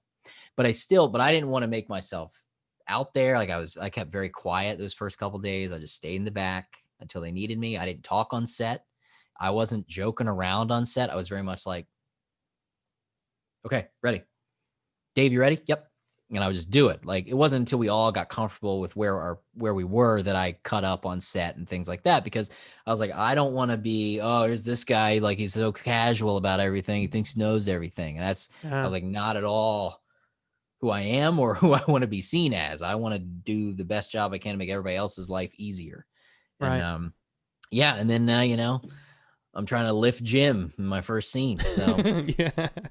But I think it was good. And I feel bad because I feel like Jim and I didn't really get buddy. And I was kind of on purpose, because I knew if it got too far, it'd be harder for me to beat him up like in the movie. And I don't want to say more than that, but you know what I mean? Mm-hmm. Because I didn't want to give myself I didn't want to force myself to withdraw, like unconsciously withdraw from what I should be doing, because so when the movie was done, it was like a relief to just sit and talk to Jim. Yeah. Like normal. Yeah. And I felt bad the whole movie, because I knew I was doing that, but I had to, so I could get through it.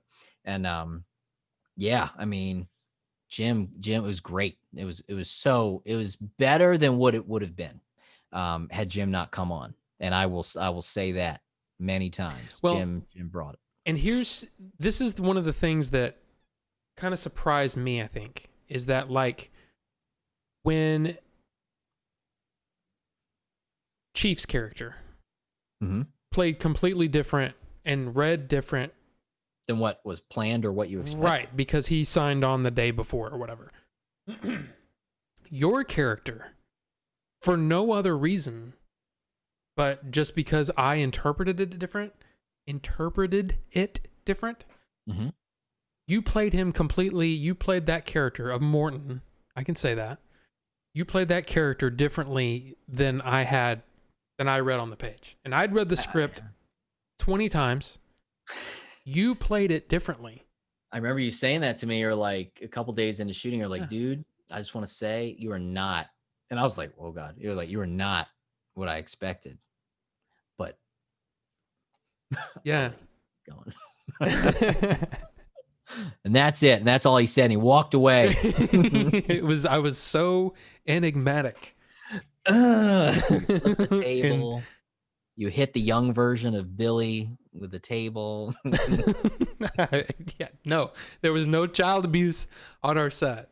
But No. yeah, it's just so different though than what I had expected. And so I guess my question around that Mhm. was the development something that you was it just like you reading it, you going, okay, I'm gonna play it this way, or did Billy kind of say, hey, Billy didn't give me any input on that. And I think it's because the audition, so you never saw that audition tape. guess not?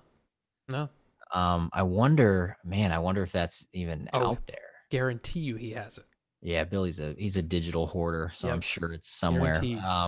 Yeah, I don't even know. I don't know if he can publicly share it. I get a little more intense than Morton is in the film. Let's just say that.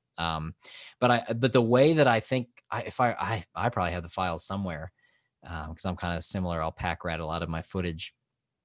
I have a feeling that the audition is very similar to the way that I read in the film. I think.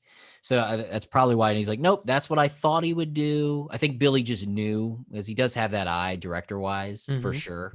I think he just knew I was going to do it in that way based on the way he wrote it. Because that's the thing. He wrote it a certain way, and everybody probably read it differently than the way he wrote it.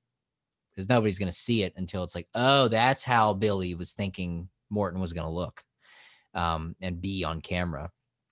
But I will say, I was trying to think of like some quirks and things that I feel like Morton would have, just like some weird irritations. Like I did a lot of, it's not quite Heath Ledger, but there's some like lip things in there that are super subtle. But on the airplane ride, because I was so stressed about it, that's actually what I did the whole ride. Was I had the script out as I had printed it myself, and I had an old draft of it, which I didn't know Mm-hmm. at the time. So I had Yeah. slightly different lines that I had worked on. And I started going through it more detailed on the flight, because I think it was like a 3-hour flight. And I think the first table read we did was like 3 hours. So I was like, oh, this would be perfect. I can get through the whole script. And I'm obviously not, I looked through the whole thing, even outside of the scenes that I'm not in. And I started just making notes. Like, I don't know what happened to my original script. I don't know if I still have it, or if Billy snagged it because he was trying to keep every little thing from the set. But I had just like notes and notes and notes. And then just I changed a lot of stuff, because I know that the biggest thing for me that I did was you're really thinking about the motivation of the character, which sounds like the cliche Mm-hmm. cheesy thing to say, but you'll know, I can't say it, but there's a motivational piece where it kind of reveals some reasoning behind some of the things that Morton's done from the past. And a lot of that was I wrote on the sides the couple nights prior. I changed it because I made some notes in the full script. I was like, I feel like that wouldn't be the reason. This would be what drove him to do this. And there's this big monologue that Morton gives at night in a shot that was tricky to set up for old Peter. Peter. Smoke everywhere, fogged up, Oh and yeah. crazy clown face behind you. And I had to do it. And I was like, oh man, a lot of focus right now. It's 2 a.m, right? Because that was an overnight Mm-hmm. that I had to do that monologue, wasn't it? Yep. And it was not what was in the script. It was what I had written separately. And it was just on the side of my sides, rewritten from my draft that I did. So that was probably the ownership that I took of it, where I was like, I gotta be, my whole thing was, I have to think that I'm the main character the whole movie, because that's what my character thinks. And I am the hero of this film. That's how I did to look at everything. So that's how I went through it. And that's what I try to bring to it. And we'll see what happens. I've only seen a couple things. Well, I have seen a lot, and I'm very excited because it's, for me, I think things really hit another level. In fact, I'm just going to say this. I'm just going to ask you, did you feel like there was a day or a scene or and you may be just be going, yes, because I can't say anything else. But did you have that moment where you felt like, holy crap, this is a movie here. We got a movie here. Like, I felt like there was a moment for me in particular that I'm thinking of. Um, it wasn't the first day I felt that, but it wasn't in the way that I think you mean. Because the first day I was like, this is a movie because There's so many people. one, it was crazy early in the morning and there were all these people everywhere. Because I know most of the people who've probably been on here have said that, where they were like, oh, we thought it'd be a little more casual. It's an indie. Mm-hmm. And then you get there and it's like, oh wait, how many directors are there? Yeah. Oh, he's the assistant director. Okay. Oh, and you're the second assistant director. Right. You're Dwight Schrute, assistant to the assistant director. So that was pretty real. But for that, it was real in the sense of, okay, this is not playtime. We're all here to do a job. That's when it switched for me. When we walked up, I was like, okay, I am here to work. And that's why you probably saw me off thinking, because I'm like, all right, I'm not going to have time to play with the character and get it right. I have to just do that take one, which is that classic thing. I always talk about that in my day job, is you never get rewarded for doing a great job from the start, because what you get rewarded with is more work, or what you did really well is going to get harder to do each time. And for me and Jim, because credit to Jim, very, very rarely did he stumble. And I think that was what was so great about us, is like we rarely broke character and almost became a joke. Mm-hmm. No. Oh no. Okay, we're back. Okay. Sorry. It just froze for a second. Sorry, I hit shutdown. Oh, no. Well, let me just make sure that we're still streaming here. Okay. Yeah, well, it looks like we are. Yeah, we're good. But yeah, that was like a thing where I think it kind of became a thing where it's like, oh, we're gonna get Dave. Dave's gonna break. Dave's gonna mess up. And I don't remember when it was, but there was a moment where I messed the line. I was like, oh, there it is. There it is. I messed up. But Jim and I think we had very few situations like that. And what that led to was, how were we rewarded for getting that stuff done pretty early and quick with our takes? Was, we'll have Dave and Jim do their thing at the end when we're rushing.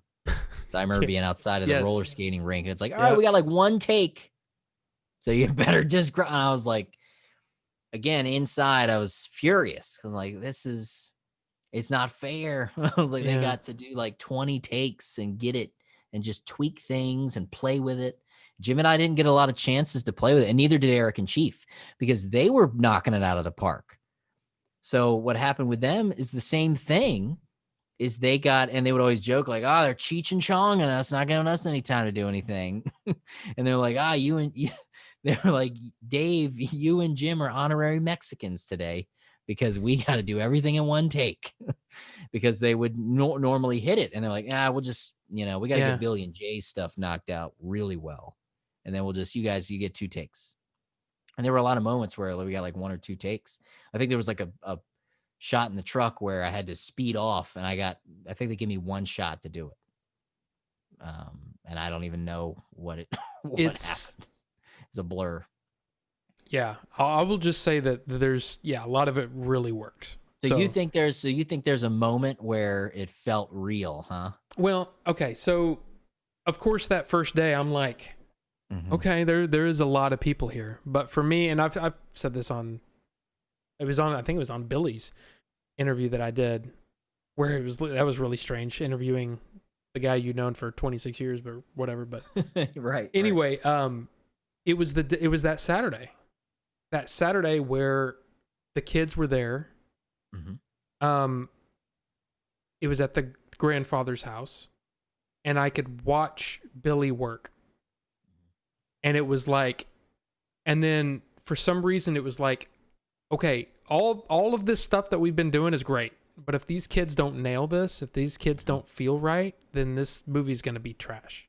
Oh yeah, because they unknowingly they had to balance Yeah, the crux of everything that leads up to what happens, which is and crazy. And they didn't know. They didn't know that basically Billy and Jay had to ride on their shoulders based on yeah. their performance. Well, there And was that's and one then point where Billy. there was Go one ahead. point Go ahead. where Jay grabbed young Jay and he said, "Don't f up, you little." No, I'm kidding.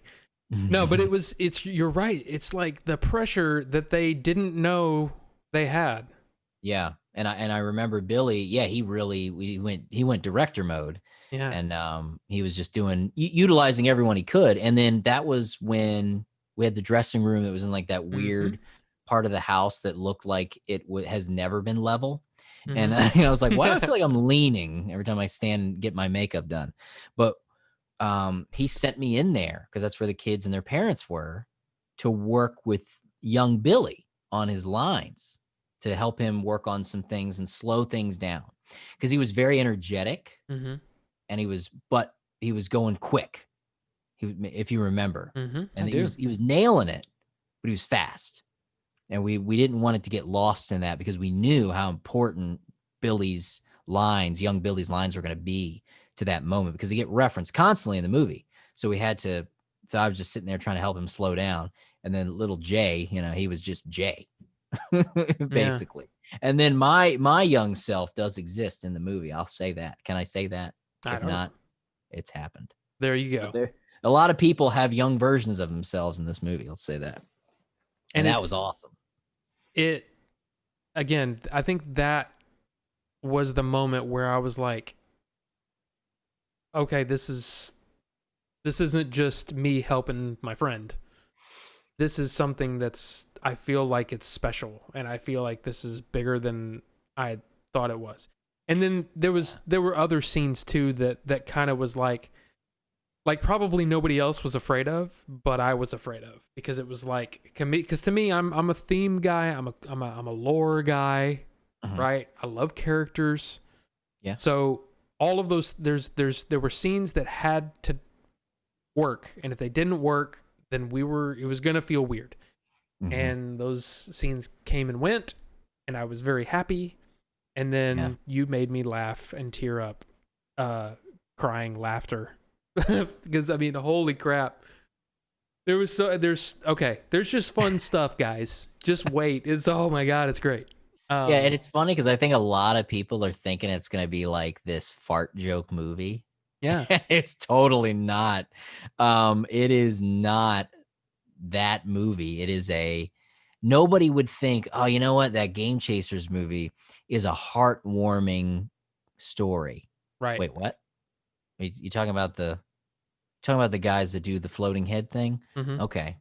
Yeah. But no, I would agree from an outside perspective. Yes, because it was that thing of like, what was the joke somebody made on set? Like, he's like, are we filming a Lifetime movie right now? This looks like a Hallmark commercial. Because, and one of my favorite actors that was an actor, not somebody Mm-hmm. we knew, was the grandfather, Yeah, Randy, Randy Perlman, right? I think so. He was awesome. And the whole time when he was on set, I was like, he is just this lovable. And he's not really like, he was the character. I feel like on set the whole time, he just was in character. Because outside of that, he doesn't like act like a grandpa. Because we do follow each other on Instagram, Huh. and he's always working for sure. But he reminded me of, to reference Teen Wolf. It's all full circle. There you He go. reminded me of Yes. Michael J. Fox's dad in Teen Wolf, like his demeanor, Mm-hmm. his look, the warmth that he brought to it. Mm-hmm. I was like, yeah, this I is totally get that. perfect. Like, he was a little younger than what I saw in the script. In the Yes. script, I saw an older, skinny kind of Texan granddad in my head.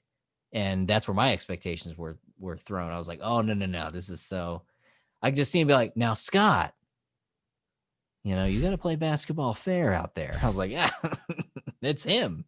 I loved it. Yeah, he was awesome. Yeah, I mean, I think that's you're right. I think there's a lot of people that are expecting, the fart jokes goof and all that, but it is, and he was great. I mean, they were all great.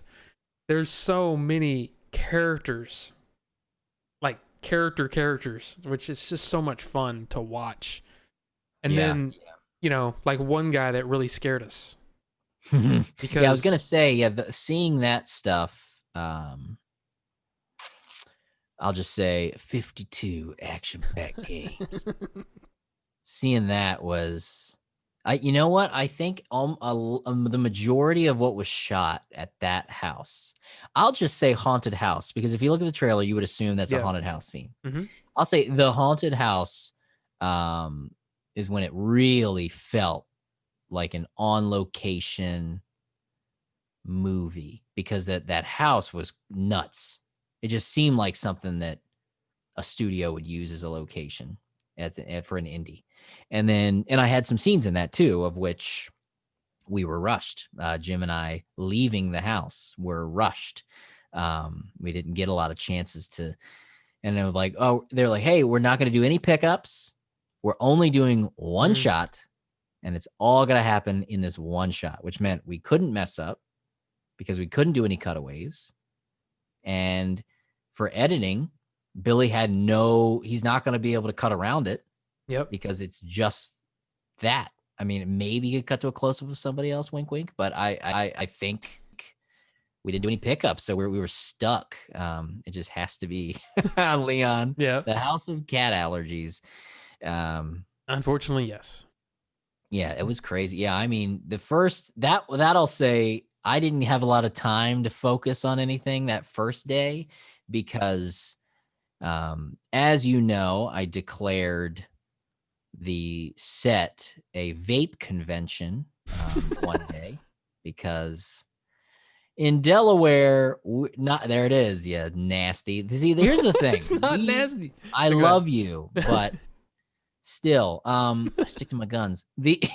I've never been around so many fat clouds in my life, to put it literally. I just never. Delaware is not a lot of people vape. We were one of the first states to ban the smoking indoors thing. Mm-hmm. And it was so early because I was a kid when they banned it. And I remember smoking sections at Pizza Hut. I remember going to Pizza Hut and getting the non-smoking section.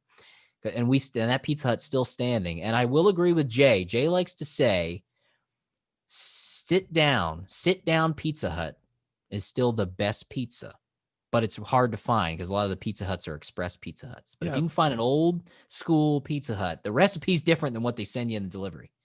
I will agree with that. Also Pizzones. But the governor was destroyed, and there were bumper stickers, and her name was Ruth Ann Minner. Ban Ruth Ann on every bumper sticker in the state for like years because of that. And I think it's just like the weird leavings of that policy. There's not even a lot of, because most cities, there's a vape place every 5 steps, Vape Nook or the Vape Corral or whatever they say. Darth Vapor. Barbecue vape. Yeah. Darth Vapor? Yeah. Is that what you That's an actual place. Oh, man. Like probably 20 minutes from here. Sue them. I've been in there. You get all of your wares. No, I don't go there. Really? I don't shop there. Online? Too expensive. Online? Yeah, all online. That's what I figured. But it's smart. Yeah. But yeah, the vape. It was so funny. Like everywhere you turn, it was at the yard sale. Is when I think I made that joke. Yeah. It was like everywhere I turned, and you were so nice because you'd be like, I'd be getting ready to go on, and we were doing that. It was that dolly shot of us walking to the truck. Mm-hmm. We had to do like 15 times. And it wasn't us. It was the focus. Yeah. That they couldn't get the focus. And they kind of said it was because I was changing my speed in the walking. Don't judge my how fast I walk. Okay, I'm trying to act. I can't focus on how many steps I've taken. They're like throwing the markers down for me. So leave me alone. I'm giving you gold. And, and there was one moment I think where you were just like in between, like, and it just happened to go like right at me. You were like, Dave, I'm sorry. I'm like, that's fine. I was like, what is this, a vape convention? But everybody, like almost the whole crew. There's a lot of people that vaped, yeah. A lot of vapes. Vape town. Well, it's just, not, it's better than smoking. Right. I'll give you that. And it smelled good. You had that one that was, and I'm like anti all that stuff. But when I smelled the donut one, I was like, oh, you SOB. It's kind of funny. That's what I have in here right now. Oh, see? No lies. I want that in my veins. Oh, man. It's good stuff. But it was good. Yeah. But no, that for me, that walking to the truck scene was the scene, because that was a pivotal moment for my character where I had to nail that ending. And if you recall, there was a moment where it was like Billy added that thing to do a silly one, if you recall. And then I think you were like, no, I like the way Dave did it on his own, if you remember. I think you know what I'm saying, but I can't say it because it's a pretty major plot point in that scene. But I think that's where I felt like I'm going to be okay, because it was nothing but thumbs ups from what I was doing in that conversation. Because that's the first moment that I was serious about what my mission was as my character. And I was like, okay, everybody was good. Like I got a pat on the back from Rudy. He was like, and then Chris Vaughn came over. He's like, man, it's like, so how many projects have you done? And I was like, well, by the end of this, it'll be one that's like official filmmaking. He's like, really? Wow. And he was what a nice guy. Like he was a great dude. And like he passed away. He's a great guy. It's a shame. Fellow. Now it was funny. Like, hey guys, just so you know, this is a location. We can't do any vaping. Definitely can't do any smoking. Okay, just keep that in mind. And then like the first hour, Chris is just like, he didn't care. He didn't care. He's like, I worked on Star Wars. I don't care. Yeah. And then the next day, I believe, is when we went to moving company. Yep. And that's where Rudy was like, I want you to help. And I was like, wow. So that was awesome. They gave me a headset and I got to help a little bit. So, on and off. So that was really fun. And I hope I was useful in that, because I know there were some moments where there's some frustrations on set with this sort of the acting side of things and the way things are coming across on camera. And I'm hoping I was useful. I think it was great. But yeah, I'm in and just Lenny. Here's the weird thing is that I feel like because nobody really knew me except for Billy and Jay, people didn't know how to treat me. Yeah, and you talked about that. I think even there, how you were like, I don't have a click. Yeah. Everybody has the click, even though Jay is very, and that's just Jay's personality. He's the bring them all together. Yep, exactly. Yep. Bring everybody together. Like he's the Abraham Lincoln of the set. And he's like standing up and he's like, hey, we're all just people. It's like, what the hell is Jay doing right now? Like, but that's because that meant a lot to them though. Yeah. And Jay is one of the most genuine and sincere people I've probably ever met. Like he is just, what you see is what you get, and he's not trying to be anybody else. And he does. And if that's a problem, he doesn't care. Yeah. And if he's going to do what he needs to do the best he can every day. And, if he doesn't like the food on set, he's going to go to KFC and get food, and he's not going to lose any sleep over offending anybody. And I was like, hey, I will gladly join you because I like the famous bowl as much as any guy. Yeah. I don't know. It was just such an interesting, God, it was like school camp. Kind of really, like, and then we were literally like on a camp. Yeah. But you've known Jay the longest, right? I've known Billy the longest. But you worked with Both of them at Blockbuster? Yeah. So it was Billy in '94 worked at Okay. Kroger together.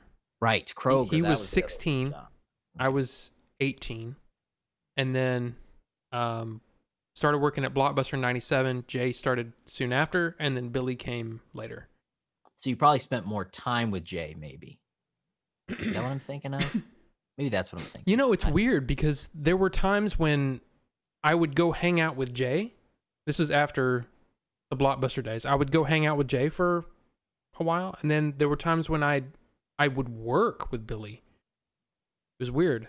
We did some production stuff together at one point, Cool. but it wasn't anything like cool. It wasn't anything good. Corporate. Yeah, there you go. Yeah. But no, yeah. So I would say that was probably the moment I was like, okay, I'll be all right. And I felt more confident in everything as much as I tried to hide my worries. And then I think we all had that though. That was we all did, even if we didn't share it. And I think that's the scariest thing about possibly maybe doing another one is it's kind of like, the heavyweight champ who knows he's the heavyweight champ. He's being told, everybody's telling him he's the best in the world, so he doesn't train for the next guy that's coming up who's been doing nothing but thinking about how to beat him. So in other words, we have to act like this is our first movie. If we basically, we have to. What you're saying is we need to beat ourselves off for the. Is that? Did I say that right? I'm pretty sure that's not what I said. But Beat that's ourselves off the expectations. There we go. Of the first. But you know what I mean? That seems like a hard PG to me.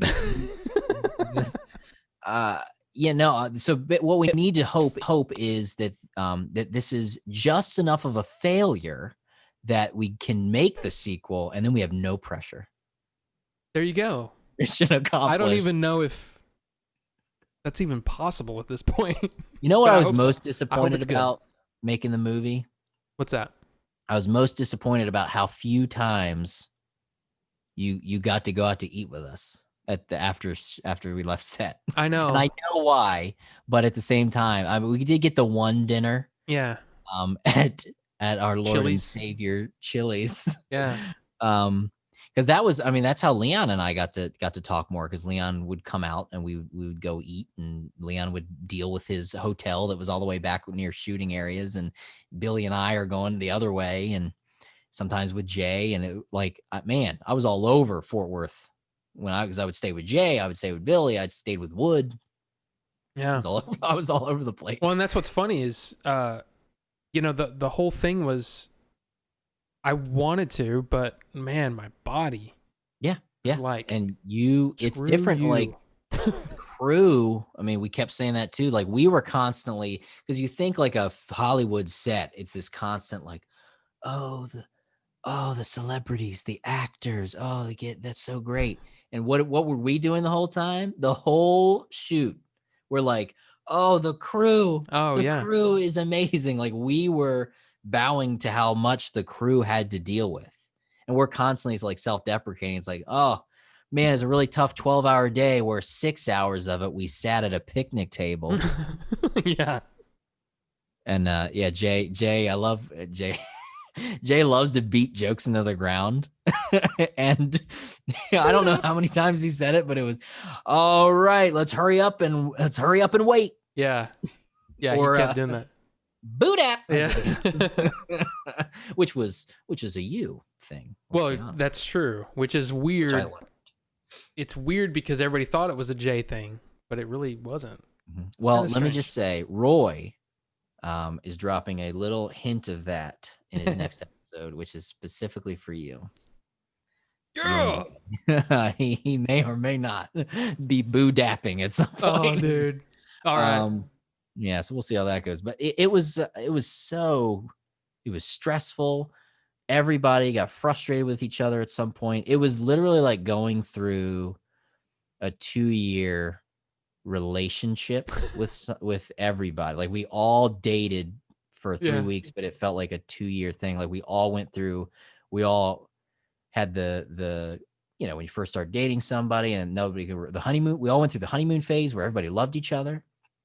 We had that first day, which was like the fear of like, oh, I hope they like me. Yeah. And then we all dated hard. We were all in the honeymoon phase. We all loved each other. And then we get into that second week and everybody's pissed at each other. And I think everybody had a run in with everybody at some point, some more than others. And then we all got over ourselves and got right back into everything. And, Leon just knows the right things to say in the chat, basically, is what I'm really getting at. I know. I looked over. I was like, oh boy. I know, you can't even glance at it. Yeah. Oh man. Oh, They like to throw us off here in the live chats. yes, they I've do. noticed But that. it was I tell Noptop, because he's a big film guy. I was trying to convince him to come up. He's in Ohio. Check him out. His Noptop on YouTube, KNOPTOP. He's been around a long time. We met back in my old channel days through messaging, and then we just became like really good friends. And I kind of like told him about the movie and stuff. He was in a movie, Out of the Furnace. You ever see that one? I've heard of it. With Woody Harrelson and Casey Affleck and Christian Bale's in it. Yeah, I don't I don't don't know. Indie. Well, they shot it near him, and his friend, she's like an extra, professional extra. Like that's what she does. She's like, come along, you should totally be in it. And he was in it. He was telling me about it, and then it finally came out on Netflix. And Netflix generally randomizes. They changed it now, but back in the day, it would be like a still from the movie. And the still, so there's a big, it's like this underground fighting ring thing that's happening, and Casey Affleck's one of the fighters. And he was an extra in the background. It's supposed to be these like druggy meth heads that are like, yeah, kill him, blah, blah. And the thumbnail Netflix chose, Noptop is right in the background, like, like behind Casey Affleck. And it's hilarious. He's like, oh, great. He's like, oh, my one acting credit. I'm druggy meth head fighter number 4 in the background. Hey, though, he shows up in like 3 shots of the movie. Just see him. He's like, and it's funny. It's like, it was so awkward because you can't make any sound because obviously it's all put in post. So they're fighting. It's all silent and everybody's just like, he's like, it's so awkward. But he was so interested in this. Like he's definitely he's a video guy for sure. And he was, I would kind of tell him stories about the set and stuff. And I told him, I was like, even if it was like a complete bomb, I would not change it. I would still have done it because it's an experience that none of us have ever. It's crazy. It's so crazy to think what we did. But the thing is, I don't think that's going to be the case. I think we're going to have the fans are going to love it. And it's that thing of the Game Chasers fan base is so, they're crazy. Like I have my loyal crew of viewers that doesn't matter what I do, they're going to love it. But the Game Chasers one is like on another level. So we don't have to worry about that. Yeah. And the great thing about the movie is it's not just a Game Chasers movie. Do we even know what it's called officially? I think it's called. Have we decided? The Game Chasers movie. No, there's no official title yet. And the reason, and the thing is, like, why would it be so hard to call it the Game Chasers movie? Because it's not what you're thinking. And all those elements are there that you would want, but it's so much. I mean, that's 20% of it, which I think is a testament to. It's a movie. It's not, let's take a YouTube character and make a movie around them. Yeah. And let's write 4 to 6 skits and just string them together with nothing. Yeah. This is actual. Yeah. Leon. The funniest thing is, like, when I announced that I was in it, it was that thing of, people didn't get. I was like, no, I'm not Game Dave in this movie, because it's just that assumption. Like, you think the Angry Video Game Nerd movie, you're gonna have YouTubers in there that are playing themselves. Oh, Pat the NES Punk as Pat the NES Punk, or the Gaming Historian's in it. And I was like, no, I am not Game Dave. Trust me, I am playing a part. And really, everybody is. Billy, like, we talked about that on set. That was a big issue that Jay went through, where he's playing himself to an extent, but it's like understanding that it is a characterization in a way. Mm-hmm. And that I think is what does separate it. Billy and Jay, aside from the fandom, anybody could have played those parts. Yep. In the sense that you could change the actor and the story wouldn't change, you know? Because it's not a biopic in the sense of it's not a biography of Billy and Jay and how they really became the game chasers in that Yeah. sense. Yeah. Like there's elements of that, but and I think that's why I was like, absolutely. I mean, I was on board early on just because I was like, of course. I mean, I love these guys, whatever they're doing. I'm sure that they always go 100%. Because they're, and Billy's just, he's crazy. Yes, he Billy's is. he is actually, no, guys, seriously, that was actually crazy. I slept on a deflated air mattress for a week and a half. Okay. He was like, I think it has a slow leak. And I woke up and I was I have to say this, I usually keep it clean, but I woke up stuck in a mattress vagina because it had deflated from my weight and had sandwiched me in it. And I was like, what? This is night one. And then I just stopped inflating it. And I slept. I don't know if I told you this story. I threw my back out because I'm not 21. I threw my back out a week or two before I was to leave to shoot the movie. And I was having horrible back pain. Never had back pain, anything like that before. Never had like an injury like that. And staying at Billy's, and the first night, of course, as we said, mattress vagina. That's PG. Then it's a technical term. Right. The scientific term. Anatomical. Yes. Right. Yeah. It's like saying penis as opposed to pee-pee or kook, as some say. So the second night, I was like, I'm just going to keep it deflated and I'll go Asian style. I'll sleep on the floor, put a blanket down, whatever. Took a while to get used to, but after the first week, my back pain was eliminated, disappeared, and I have not had a back problem since. So whenever my wife complains that I disappeared for 3 weeks, I can be like, but it healed my back. That's the real reason I did the movie. Hey. But it was an experience for sure. And I was in, there were a lot of foibles that happened as we went through, a lot of issues. And I was in the truck with Billy. It was just me and Billy when he got the call about losing that major mansion-esque location. I was in the car and I pulled my phone out and I was like, I just got to text somebody because I think Billy's going to have to kill someone to get through the night. And I'm the only one in this truck. I thought he was going to we were on our way to pick up dinner. We were going to go to maybe In-N-Out, I think, or maybe it was Whataburger. I don't know which one I had or hadn't had because, that was the thing. You come to Texas and you're from these, well, you got to have Whataburger. You got to have In-N-Out and you got to compare them. And we were pulling up. I was like all excited. I'm like, yeah, I got to try this new place. And then he's like, what the, man? It's just like, I'm like, wish I had a hoodie. Yeah, it was, man, that was something else. And rightly so. I mean, it wasn't, he didn't overreact. He was realistically ridiculous. reacted. It was insane. Yeah, it was just they're trying to get him because you hear movie.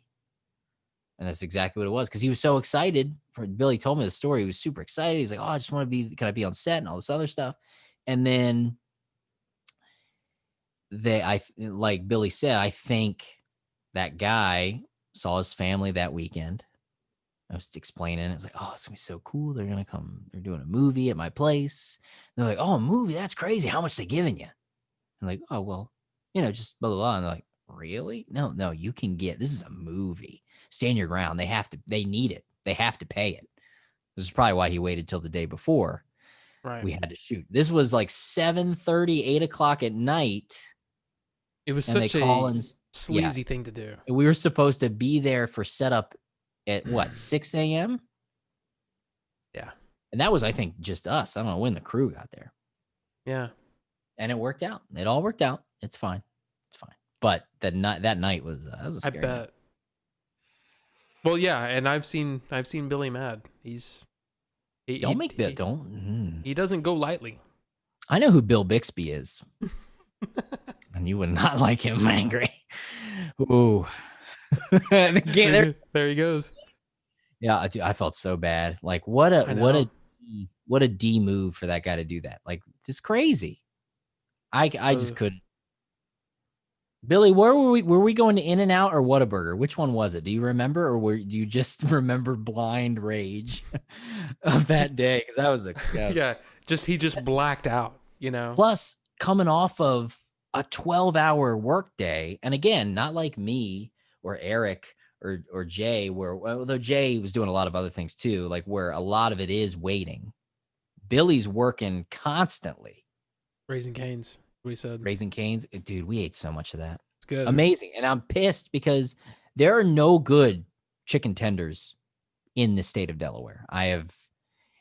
Hey, Billy, you've ruined fast food tacos for me because I can't find good fast food tacos anymore. I don't remember where it was we went, but you took me somewhere and I was like, this is really freaking good. Because you cannot get an enchilada. I cannot get a cheese enchilada at Taco Bell.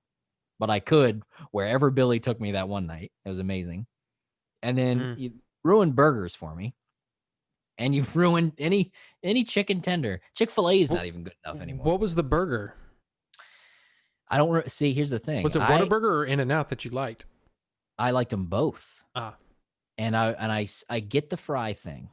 I get the fry thing where they're like, well, these fries are garbage. So which is the ones where they say the fries are bad? In-N-Out. In-N-Out. Okay. And those are the thinner ones. And everybody was like, you're not going to like In-N-Out as much as Whataburger. And I was like, Taco Bueno. That's what it was. That's what it was. Yes. Billy opened my eyes and my anus to the world, the world of fast food in Texas. And I thank him for it. But man, we had some fun. And I got to meet the boy. That was cool. I got a small chance. Got to hang out with Scott a lot. That was cool. Yeah. What a guy. What a fella. What a nerd. But awesome. Yeah. Yeah. It was so much fun. Scott, if you're listening or catching up, I'm still mad that you didn't get me more additions to my incredible Crash Dummies toy collection.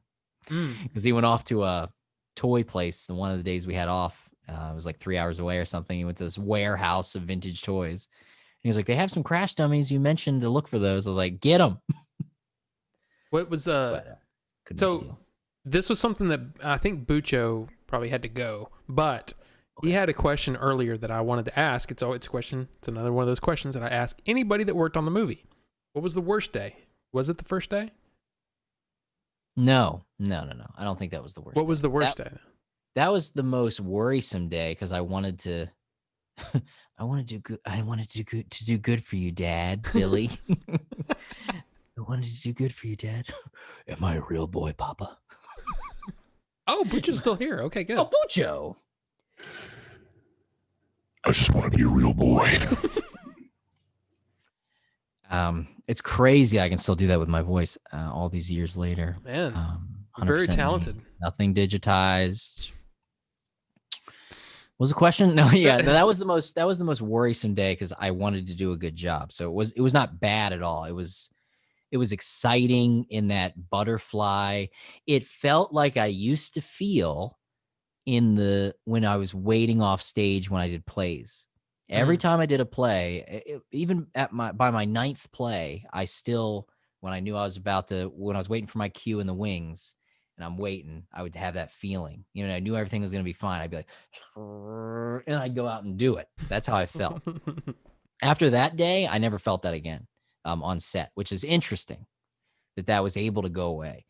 The worst one would have been, I think See, we were there so many days, so I don't remember, but I know it had to be one of the days in the camp, but not the Cold. front, right? Not the front part, but back towards where, let's just say, flea market scene area. But I don't believe it was that actual day. I'm trying to think. What am I thinking of? Yeah, I don't know. There's probably like a tie between one or two. I don't want to say too much. This is a little awkward, but well, because like for me, that was that cold day where it was like 60s to low 40s in. I will say moments. that was the hardest day, but I wouldn't say it was like the worst day in terms of how I felt about the day, because it was. And again, I'm not looking at it the way that Billy would look at those shots, because I know there's things that he wanted, and there's only so much we could do, and that sucks. But for me and some of the other cast, like, it's hard for us to take that burden the same way, because we're so focused on what we have to do, and that's what stuck. Like, Billy had to have all that on his shoulders. We talk about the kids having to carry Billy and Jay, and Billy had to carry everything. And I would have thrown that phone out the window, and the In-N-Out would have blown up if I was Billy, if that had happened to me in that truck. But the cold day, yeah, it was just really hard, because I was trying to help again, because Rudy was still kind of having me help with things. And I was afraid that I didn't want to be the guy that was helping too much. Right. You know, I didn't want to be the guy's like, I know what I want to do with this, Dave, shut up. Yeah. That was the worst day. I know exactly what the worst day was. Exactly. That just made me remember what the worst day was. The worst day for me, Billy, you can go ahead and log off. Just wait until let me check the chat. He's not in the chat. Nope, he's still here. No, I didn't have any bad days. They were great. No, I love you, Billy. No, the right. Yep. No, Billy crushed it. I thought so. Yeah, I figured. But I think it was one of the roller skate days. Not that we roller skate, but and I was just I didn't know where things were supposed to be. I know we were already like pushed, and there were issues with what the shots were going to look like, and it was cramped. And then I was also trying to help with Billy and everything else, and I was like stressing, and Billy and everybody had to be in the scenes, and I was not in those scenes. And yeah, so I so you were not helping too much. Good. I think that's what it was that day, that roller skate day, when I was on headset, and almost everybody was in the scene. All of the guys, we'll say, you know, Billy, Chief, and Jay, and all the nerds. And then I was kind of there. I didn't have any scenes that day, so I went there to help specifically. And yeah, and I appreciate you saying that, Billy, because I felt like I was like, oh man, I'm trying to help, and I think I'm helping, but then at times was like, I think I'm getting in the way and making things worse. But I don't know, because I haven't seen what the scenes look like. But yeah, I just I was like down on myself that day. I was like, oh man, I think I'm taking it too seriously, because it's not about what I want. I'm not the director. I'm just trying to think. And you know, there were so many issues. I think we set that shot up. It was the one before they come in. It's when they come in from that back area where Miss Pac-Man was.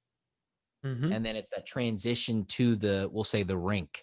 And figuring that out was stressful, just blocking wise. And then figuring out how the lines got to be said. And the script was constantly changing, and there were lines that I didn't understand, because again, I was outside of the scope, because it's not stuff that affected my character. So I'm just trying to help, and I felt like I was like overstepping my bounds, and that's why I felt bad. Yeah, and my I love whole you, thing, Billy. I'm glad I could be a right thumb man, at least one finger's worth of a hand. I think I was half a pinky, maybe. Half a pinky. They're gonna say a different P word. Have you seen the new Cardi B music video? No. Good. But that's not PG. But yeah, I mean, it's like that was the thing.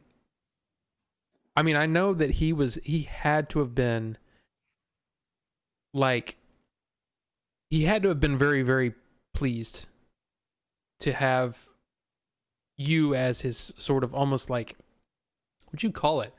I mean, it's almost like a co-director, in a way. Well, I think the joke was assistant. The the AD was what the joke was. Assistant. To the point where the joke was Rudy be like, "Who are you?"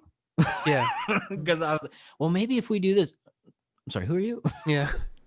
Rudy was I great thought about that that was kind funny. of stuff. Yeah, no, Yeah, yeah. Billy told me about it with Melvor not being able to be there, and that was always that intention. Like, yeah, Billy had to take on so much freaking stuff, and had no one to delegate to the yeah. And whole movie, and that I was glad I was able to do just a taste of that. I mean, I was not nearly as useful because I had to be in the movie too. yeah, Like I couldn't just be, and it's hard to focus on other things. So I don't know how Billy and Jay dealt with that stress, because I was stressed just doing my little acting idea help in the background, let yeah, alone having to worry about my stuff as my character. So I don't. And with Jay being like the business guy of everything, he's always thinking about the business and yep, catering and all this other stuff, let alone his scenes that he needs to do. And he was just like, just knock my stuff out and then get back to what I'm really focused on, which is the business stuff that I got to figure out. And then Billy had to yeah. just, man, It's so weird though, because I props to Billy. remember my whole thing was that I'd always looked at it like I would be sort of not a co-director, but more of like a goalie, because I knew Billy was going to be in the movie. So Mhm. I wanted to protect his vision as much as I could.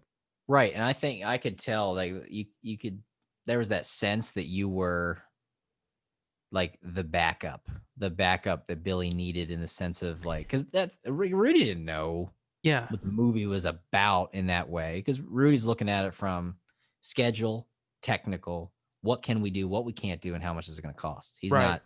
He's not like there. He's not there being like, well, that was great, but was the vision there? Because after Rudy would call cut, if it was a scene where he had to do that and Billy wasn't doing it, he would look to Billy. Is that what you want? Which is great that Rudy, I mean, Rudy knows what he's doing. So Well, and it's obviously, funny too, because there were times where, like, I think it was Leon that I was talking to. He was saying that as script supervisor, I totally overstepped my bounds. like I was doing things that you could never do on a real set as a script supervisor. And I'm like, I didn't know any better. I was just and helping that's my probably buddy. a good thing, because we probably wouldn't have gotten as many things accomplished if you didn't break Well, out of. and then there was a point where I felt like, okay, I need to just, you know what? This is not my movie. All I can do is kind of throw the ideas out there. But there are things that I should have said, I should have acted on. There were continuity errors that I was like, wait a minute, they know what they're doing. They must be no, I should have spoke up. What was that one? There's one with Jim, right? Jim's shirt. The Jim red, something about red. Mm-hmm. The red hoodie. Is that what Yep. it was? But it was a quick fix, right? We fixed it pretty quickly. Yeah, and it actually ended up better because the lighting was better when we reshot it. Yep. Yeah, that's right. Oh yeah, that was kind of fun. That's where I felt like I didn't overstep and get in the way, but because originally it was that thing with outside the house and listening, and originally we didn't even have like a scene. Mm-hmm. And then the whole scene happened outside the house in the bushes. Yep. It wasn't going to be in there, which I was happy that we made that happen. Yeah, because I mean, I'm kind of wondering, how would it have worked without that? Yeah, because you just see there's been no context and then at all. and then the scene just ends. So that's I will say that's my one contribution that I was happy with was having that. And it was funny. I thought it was, and I remember Jim being like, just slap me in the back of the head. I was like, what? Like, is this some weird like sub dom thing going on. No, just hit me, like really hit me. I was like, well, I don't want to hit you. He's like, no, you hit me. Hit me, And then I was like, Dave. if you Hit keep me. if you keep yelling at me, I'm gonna hit you. I'm gonna get mad. But So what was the best day then? Because we got your worst day, or kind of. What do you think your best day was? yeah. Billy's like, no, Roy. Yeah, I knew Roy was there because he was gonna listen. But well, thank you, Billy. I'm glad. Mm-hmm. I thought that was a fun scene. I'd love to see that edit. I think that was a funny, just because in my head I'm like, they should just be in the bushes. Yeah. I agree, Billy. We are the same. Greatest moment. Yeah. Was there your favorite moment on set? Oh man, probably. Well, I can say this was in the trailer. The electric chair. Mm. At least the part of it that I was in, because there's a whole scene after we leave that I'm not in, but I really enjoyed the intensity of that scene. It was a love-hate. That was a love-hate shoot, because there was something I think you'll remember. There was something in that scene that I despised that I think is gone. But I don't know if I'll tell you off stream. But, Okay. yeah, there's something when we were doing it. I was like, I hate this so much. This doesn't make sense, but I'm not gonna deal with it right now. But it worked. And Billy knew. Billy was like, he was on there. He's like, yep. He's like, I know that doesn't work. I was like, oh, you're so smart. But he was like, I'm not gonna cut it off because it would have ruined the flow.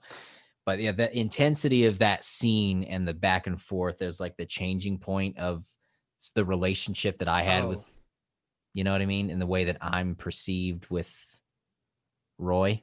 That's when I was like, okay, this is fun. So, and I know Eric, I got Eric to break. Ride the lightning. That's all I'll say.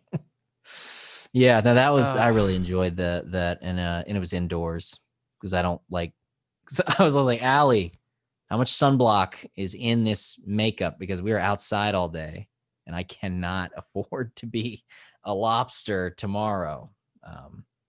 Yeah, somehow did not get sunburnt in those 3 weeks. Man, Texas sun, get that out of here. Well, despite all the rain we had. And I'm greasy as holy crap.